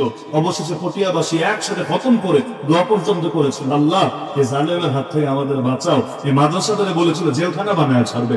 এভাবে বহুত মাদ্রাসা বন্ধ হয়ে গিয়েছিল। অনেক আলেমরা মাথা উঁচু করে চলতে পারতো না, সমাজের মাথা নিচু করে চলার অবস্থা হয়েছিল। দামরামদের একচ্ছত্র আধিপত্য হয়েছিল। সংবিধানে পর্যন্ত সমাজতন্ত্র বোঝে কয়জন এই দেশে? তো সংবিধানে 72-এর কুফরি সংবিধানে সমাজতন্ত্র পর্যন্ত ঢুকিয়ে দেওয়া হয়েছিল। এরপর থেকে সময়টা আলেমদের জন্য বড় কঠিন ছিল। এরপর 80-র দশকে যার হাত ধরে আলহামদুলিল্লাহ বাংলাদেশে ইসলামপন্থী এবং উলামায়ে কেরামের মাথা সমুন্নত হয়েছিল, তিনি আমাদের দাদা পীর এবং দাদা উস্তাদ আল্লামা মুহাম্মদুল্লাহ হাফেজ হুজুর রাহমাতুল্লাহ আলাইহি। আমরা তো নিয়ামতের কদর করি না। ওই ইরান যুদ্ধ বন্ধ পর্যন্ত আল্লাহর বান্দার অবদান ছিল। রাষ্ট্রীয় দাওয়াতে গিয়ে সাদ্দামরাও বুঝিয়েছে, ইরানের খোমেনিরাও বুঝিয়েছে, ওইখানে পর্যন্ত আলহামদুলিল্লাহ আল্লাহ তাআলা এই সম্মান দিয়েছে আল্লামা হাফেজ হুজুর রাহমাতুল্লাহ আলাইহি। তো তিনি রাজনীতি শুরু করেছিলেন তওবার রাজনীতির নাম দিয়ে। তিনি বলতেন এতকাল ওই সেকুলারদের ভোট দিয়ে তোমরা কোরআনের এই আয়াতকে এর বিরুদ্ধে অবস্থান নিয়েছো। আল্লাহ বলেন যারা আল্লাহর বিধান ছাড়া অন্য বিধান দিয়ে বিচার করে ওরা কাফের। তো সুতরাং তোমরা এতদিন কাফেরদের সহযোগী, কুফরের সহযোগী হয়েছো। সুতরাং তওবা করো। আর তওবার মাধ্যমে হলো তোমরা এবার ইসলামের নেতৃত্বকে ক্ষমতায় আনার চেষ্টা করো। মাত্র কয়েকদিন, মাত্র আল্লাহর বান্দার আগ থেকে কোনো সাংগঠনিক অভিজ্ঞতা, রাজনৈতিক অভিজ্ঞতা কিছু নাই। বয়সে তখন শেষ, একদম বুড়া বয়স। ওই সময় মাথায় নামলেন, এমন আলহামদুলিল্লাহ আল্লাহ বরকত দিলেন, পুরো দেশে এমন গণজাগরণ শুরু হলো। যদিও এক জালেম এরশাদ, জেনারেল এরশাদ ধোঁকাবাজি করেছিল এবং হযরত শেষ জামানে বদদুয়া দিয়েছিলেন। এই যে এরশাদের শেষ জীবনটা আমরা দেখি না, এদিকে ওদিকে যেতে মানুষরা সব ডুবিয়ে ছেড়েছে। অথচ একসময় কোনো কার্য করে নাই তা না, উন্নয়ন এবং সংস্কারে তার অবদান যে নাই তা না, বহুত আছে। তো শেষ জীবনে এই যে বেইজ্জতি হয়েছে, আমাদের অনেক মুরব্বীরা বলেন এটার পেছনে বড় একটা কারণ তার উপর হাফিজ যে হুজুরের বদদুয়া ছিল। আল্লাহর ওলির বদদুয়া যদি কারো উপর থাকে আর আখিরাত তো আখিরাত, দুনিয়ার জীবনও লাঞ্ছনা নসিবে থাকে। ওই যে জাগরণ শুরু করেছিলেন, দরকার ছিল না দিনকে দিন জাগরণ বাড়বে। 80-র দশক বুঝেন, অনেকে জন্মই তো হয়, অনেকের বাপমার বিয়ে হয়তো হয় নাই। 80-র দশকে এত শক্তিশালী ছিল। ওই সময় এই কওমি আলেমদের যে স্রোত তৈরি হয়েছিল, যে বিপ্লব তৈরি হয়েছিল, ওই ইরান পর্যন্ত ভেবেছিল মনে হয় বাংলাদেশেও একটা বিপ্লব ঘটে যাবে, এখানে ইসলামী শক্তি মনে হয় ক্ষমতায় চলে আসবে, এমন একটা পরিবেশ হয়েছিল। এমনকি এখন যারা বড় বড় দল, আমি যেমন উদাহরণ দিয়েও যদি বলি, এই যেমন জামাত ইসলামী আছে না, 80-র দশকে তারা কোন সাইজ ছিল, সাংগঠনিক শক্তি কত ছিল, আপনি একটু পড়েন দেখবেন হাফিজ হুজুর এবং কওমি আলেমদের যে শক্তি ছিল এর ধারে কাছেও তাদের শক্তি ছিল না। এটাই বাস্তবতা। কিন্তু ওই 80-র দশকে আমরা কি ছিলাম, আজকে আমরা কি হয়েছি? দিনকে দিন শক্তি বেড়েছে না খণ্ড বিখণ্ড ভাগ হতে শক্তি কমেছে? বলেন আপনারা শক্তি বেড়েছে না কমেছে? কেন? জনসমর্থন এখনো আছে। এখনো এই দেশের মানুষ স্বপ্ন দেখে যেদিন সব আলেম ঐক্যবদ্ধ হবে, তাদের নেতৃত্বে তারা ডাক দিলে, কাফনের কাপড় গায়ে দিলে বিপ্লবের জন্য 5 জন নেমে আসতে রাজি আছে। এখনো তারা স্বপ্ন দেখে, স্বপ্ন ভাঙে নাই। যদিও কষ্ট আছে মানুষের দিলে, কিন্তু স্বপ্ন ভাঙে নাই। তো দিনকে দিন অন্যরা শক্তিশালী হয়, আমরা দুর্বল হলাম। তাহলে করণীয় কি? আমার ওই বার্তাটা দেওয়ার জন্যই ঘটনাটা টানলাম। কোনো কিছু এখানে ঘটনা বলা উদ্দেশ্য না, জাস্ট উদাহরণ। সেটা হলো ওই যে বললাম ইনসাফ কায়েম করতে হবে। কিভাবে? বিচ্ছিন্ন ভাবে ইনসাফ কায়েম করা যাবে? দলমত নির্বিশেষে। খালি নির্বাচন আসলে ঐক্য না, এখন তো আরেক ফাইজলামি শুরু হয়েছে। নির্বাচন আসলে সবাই ঐক্য বোঝে, নির্বাচন চলে গেলেই কামড়ি আগের মতো আবার চলে। এগুলো দিয়ে কি হবে? বাস্তবতা ইসলামের পক্ষে আজও যদি জাতীয় ঐক্যবদ্ধ হয়, কিসের নির্বাচন? আল্লাহ নবী ক্ষমতায় এসেছিলেন কয়টা ভোট খায়া? নবী যে মদিনার রাষ্ট্রপ্রধান হয়েছিলেন কয়টা ভোট, কয় % ভোট কাস্ট হয়েছিল? বলে বাস্তবতা হল এই যে ডক্টর ইউনূস এখন ক্ষমতায় আছে না, কয়টা ভোট পেয়েছে? বলেন কয়টা ভোট পেয়েছে? অনেকে মনে করে নির্বাচনটাই মনে হয় একমাত্র সিস্টেম। বাস্তবতা হলো আজ যদি এই দেশের মানুষ চায় ইসলামের বিজয় হোক, কোন বাপের বেটা যদি নির্বাচনে ঠেকায় রাখে কিচ্ছু হবে না। এই দেশের মানুষ বিপ্লব করে হলো ইসলামের ক্ষমতায় নিয়ে ছাড়বে ইনশাআল্লাহ। কিন্তু আমরাই তো চাই না। আমরাই তো চাই না। আর চাইলে আলাদা আলাদা ভাবে চাই, এক তো হতে পারি না। চাওয়াগুলো যখন এক হবে, আলেমদের নেতৃত্ব যখন আস্থা আমাদের তৈরি হবে এবং আমরা তাদের কমান্ড ফলো করবো, তারাও এক থেকে আমাদেরকে পরিচালিত করবে ইনশাআল্লাহ। ইনসাফ, ইনসাফ তখন আর শুধু মাহফিলে থাকবে না, শুধু সংগঠনে থাকবে না, শুধু দান অনুদানে থাকবে না, তখন নষ্টের পরতে পরতে ইনসাফ কায়েম হবেই হবে ইনশাআল্লাহ। ইনসাফ কায়েমের জন্য এক হতে রাজি আছেন? ইনসাফ কায়েমের জন্য শপথ নিয়ে, প্রয়োজনে শাহাদাতের তামান্না নিয়ে আলেমদের কাছে ময়দানে নেমে আসতে রাজি আছেন?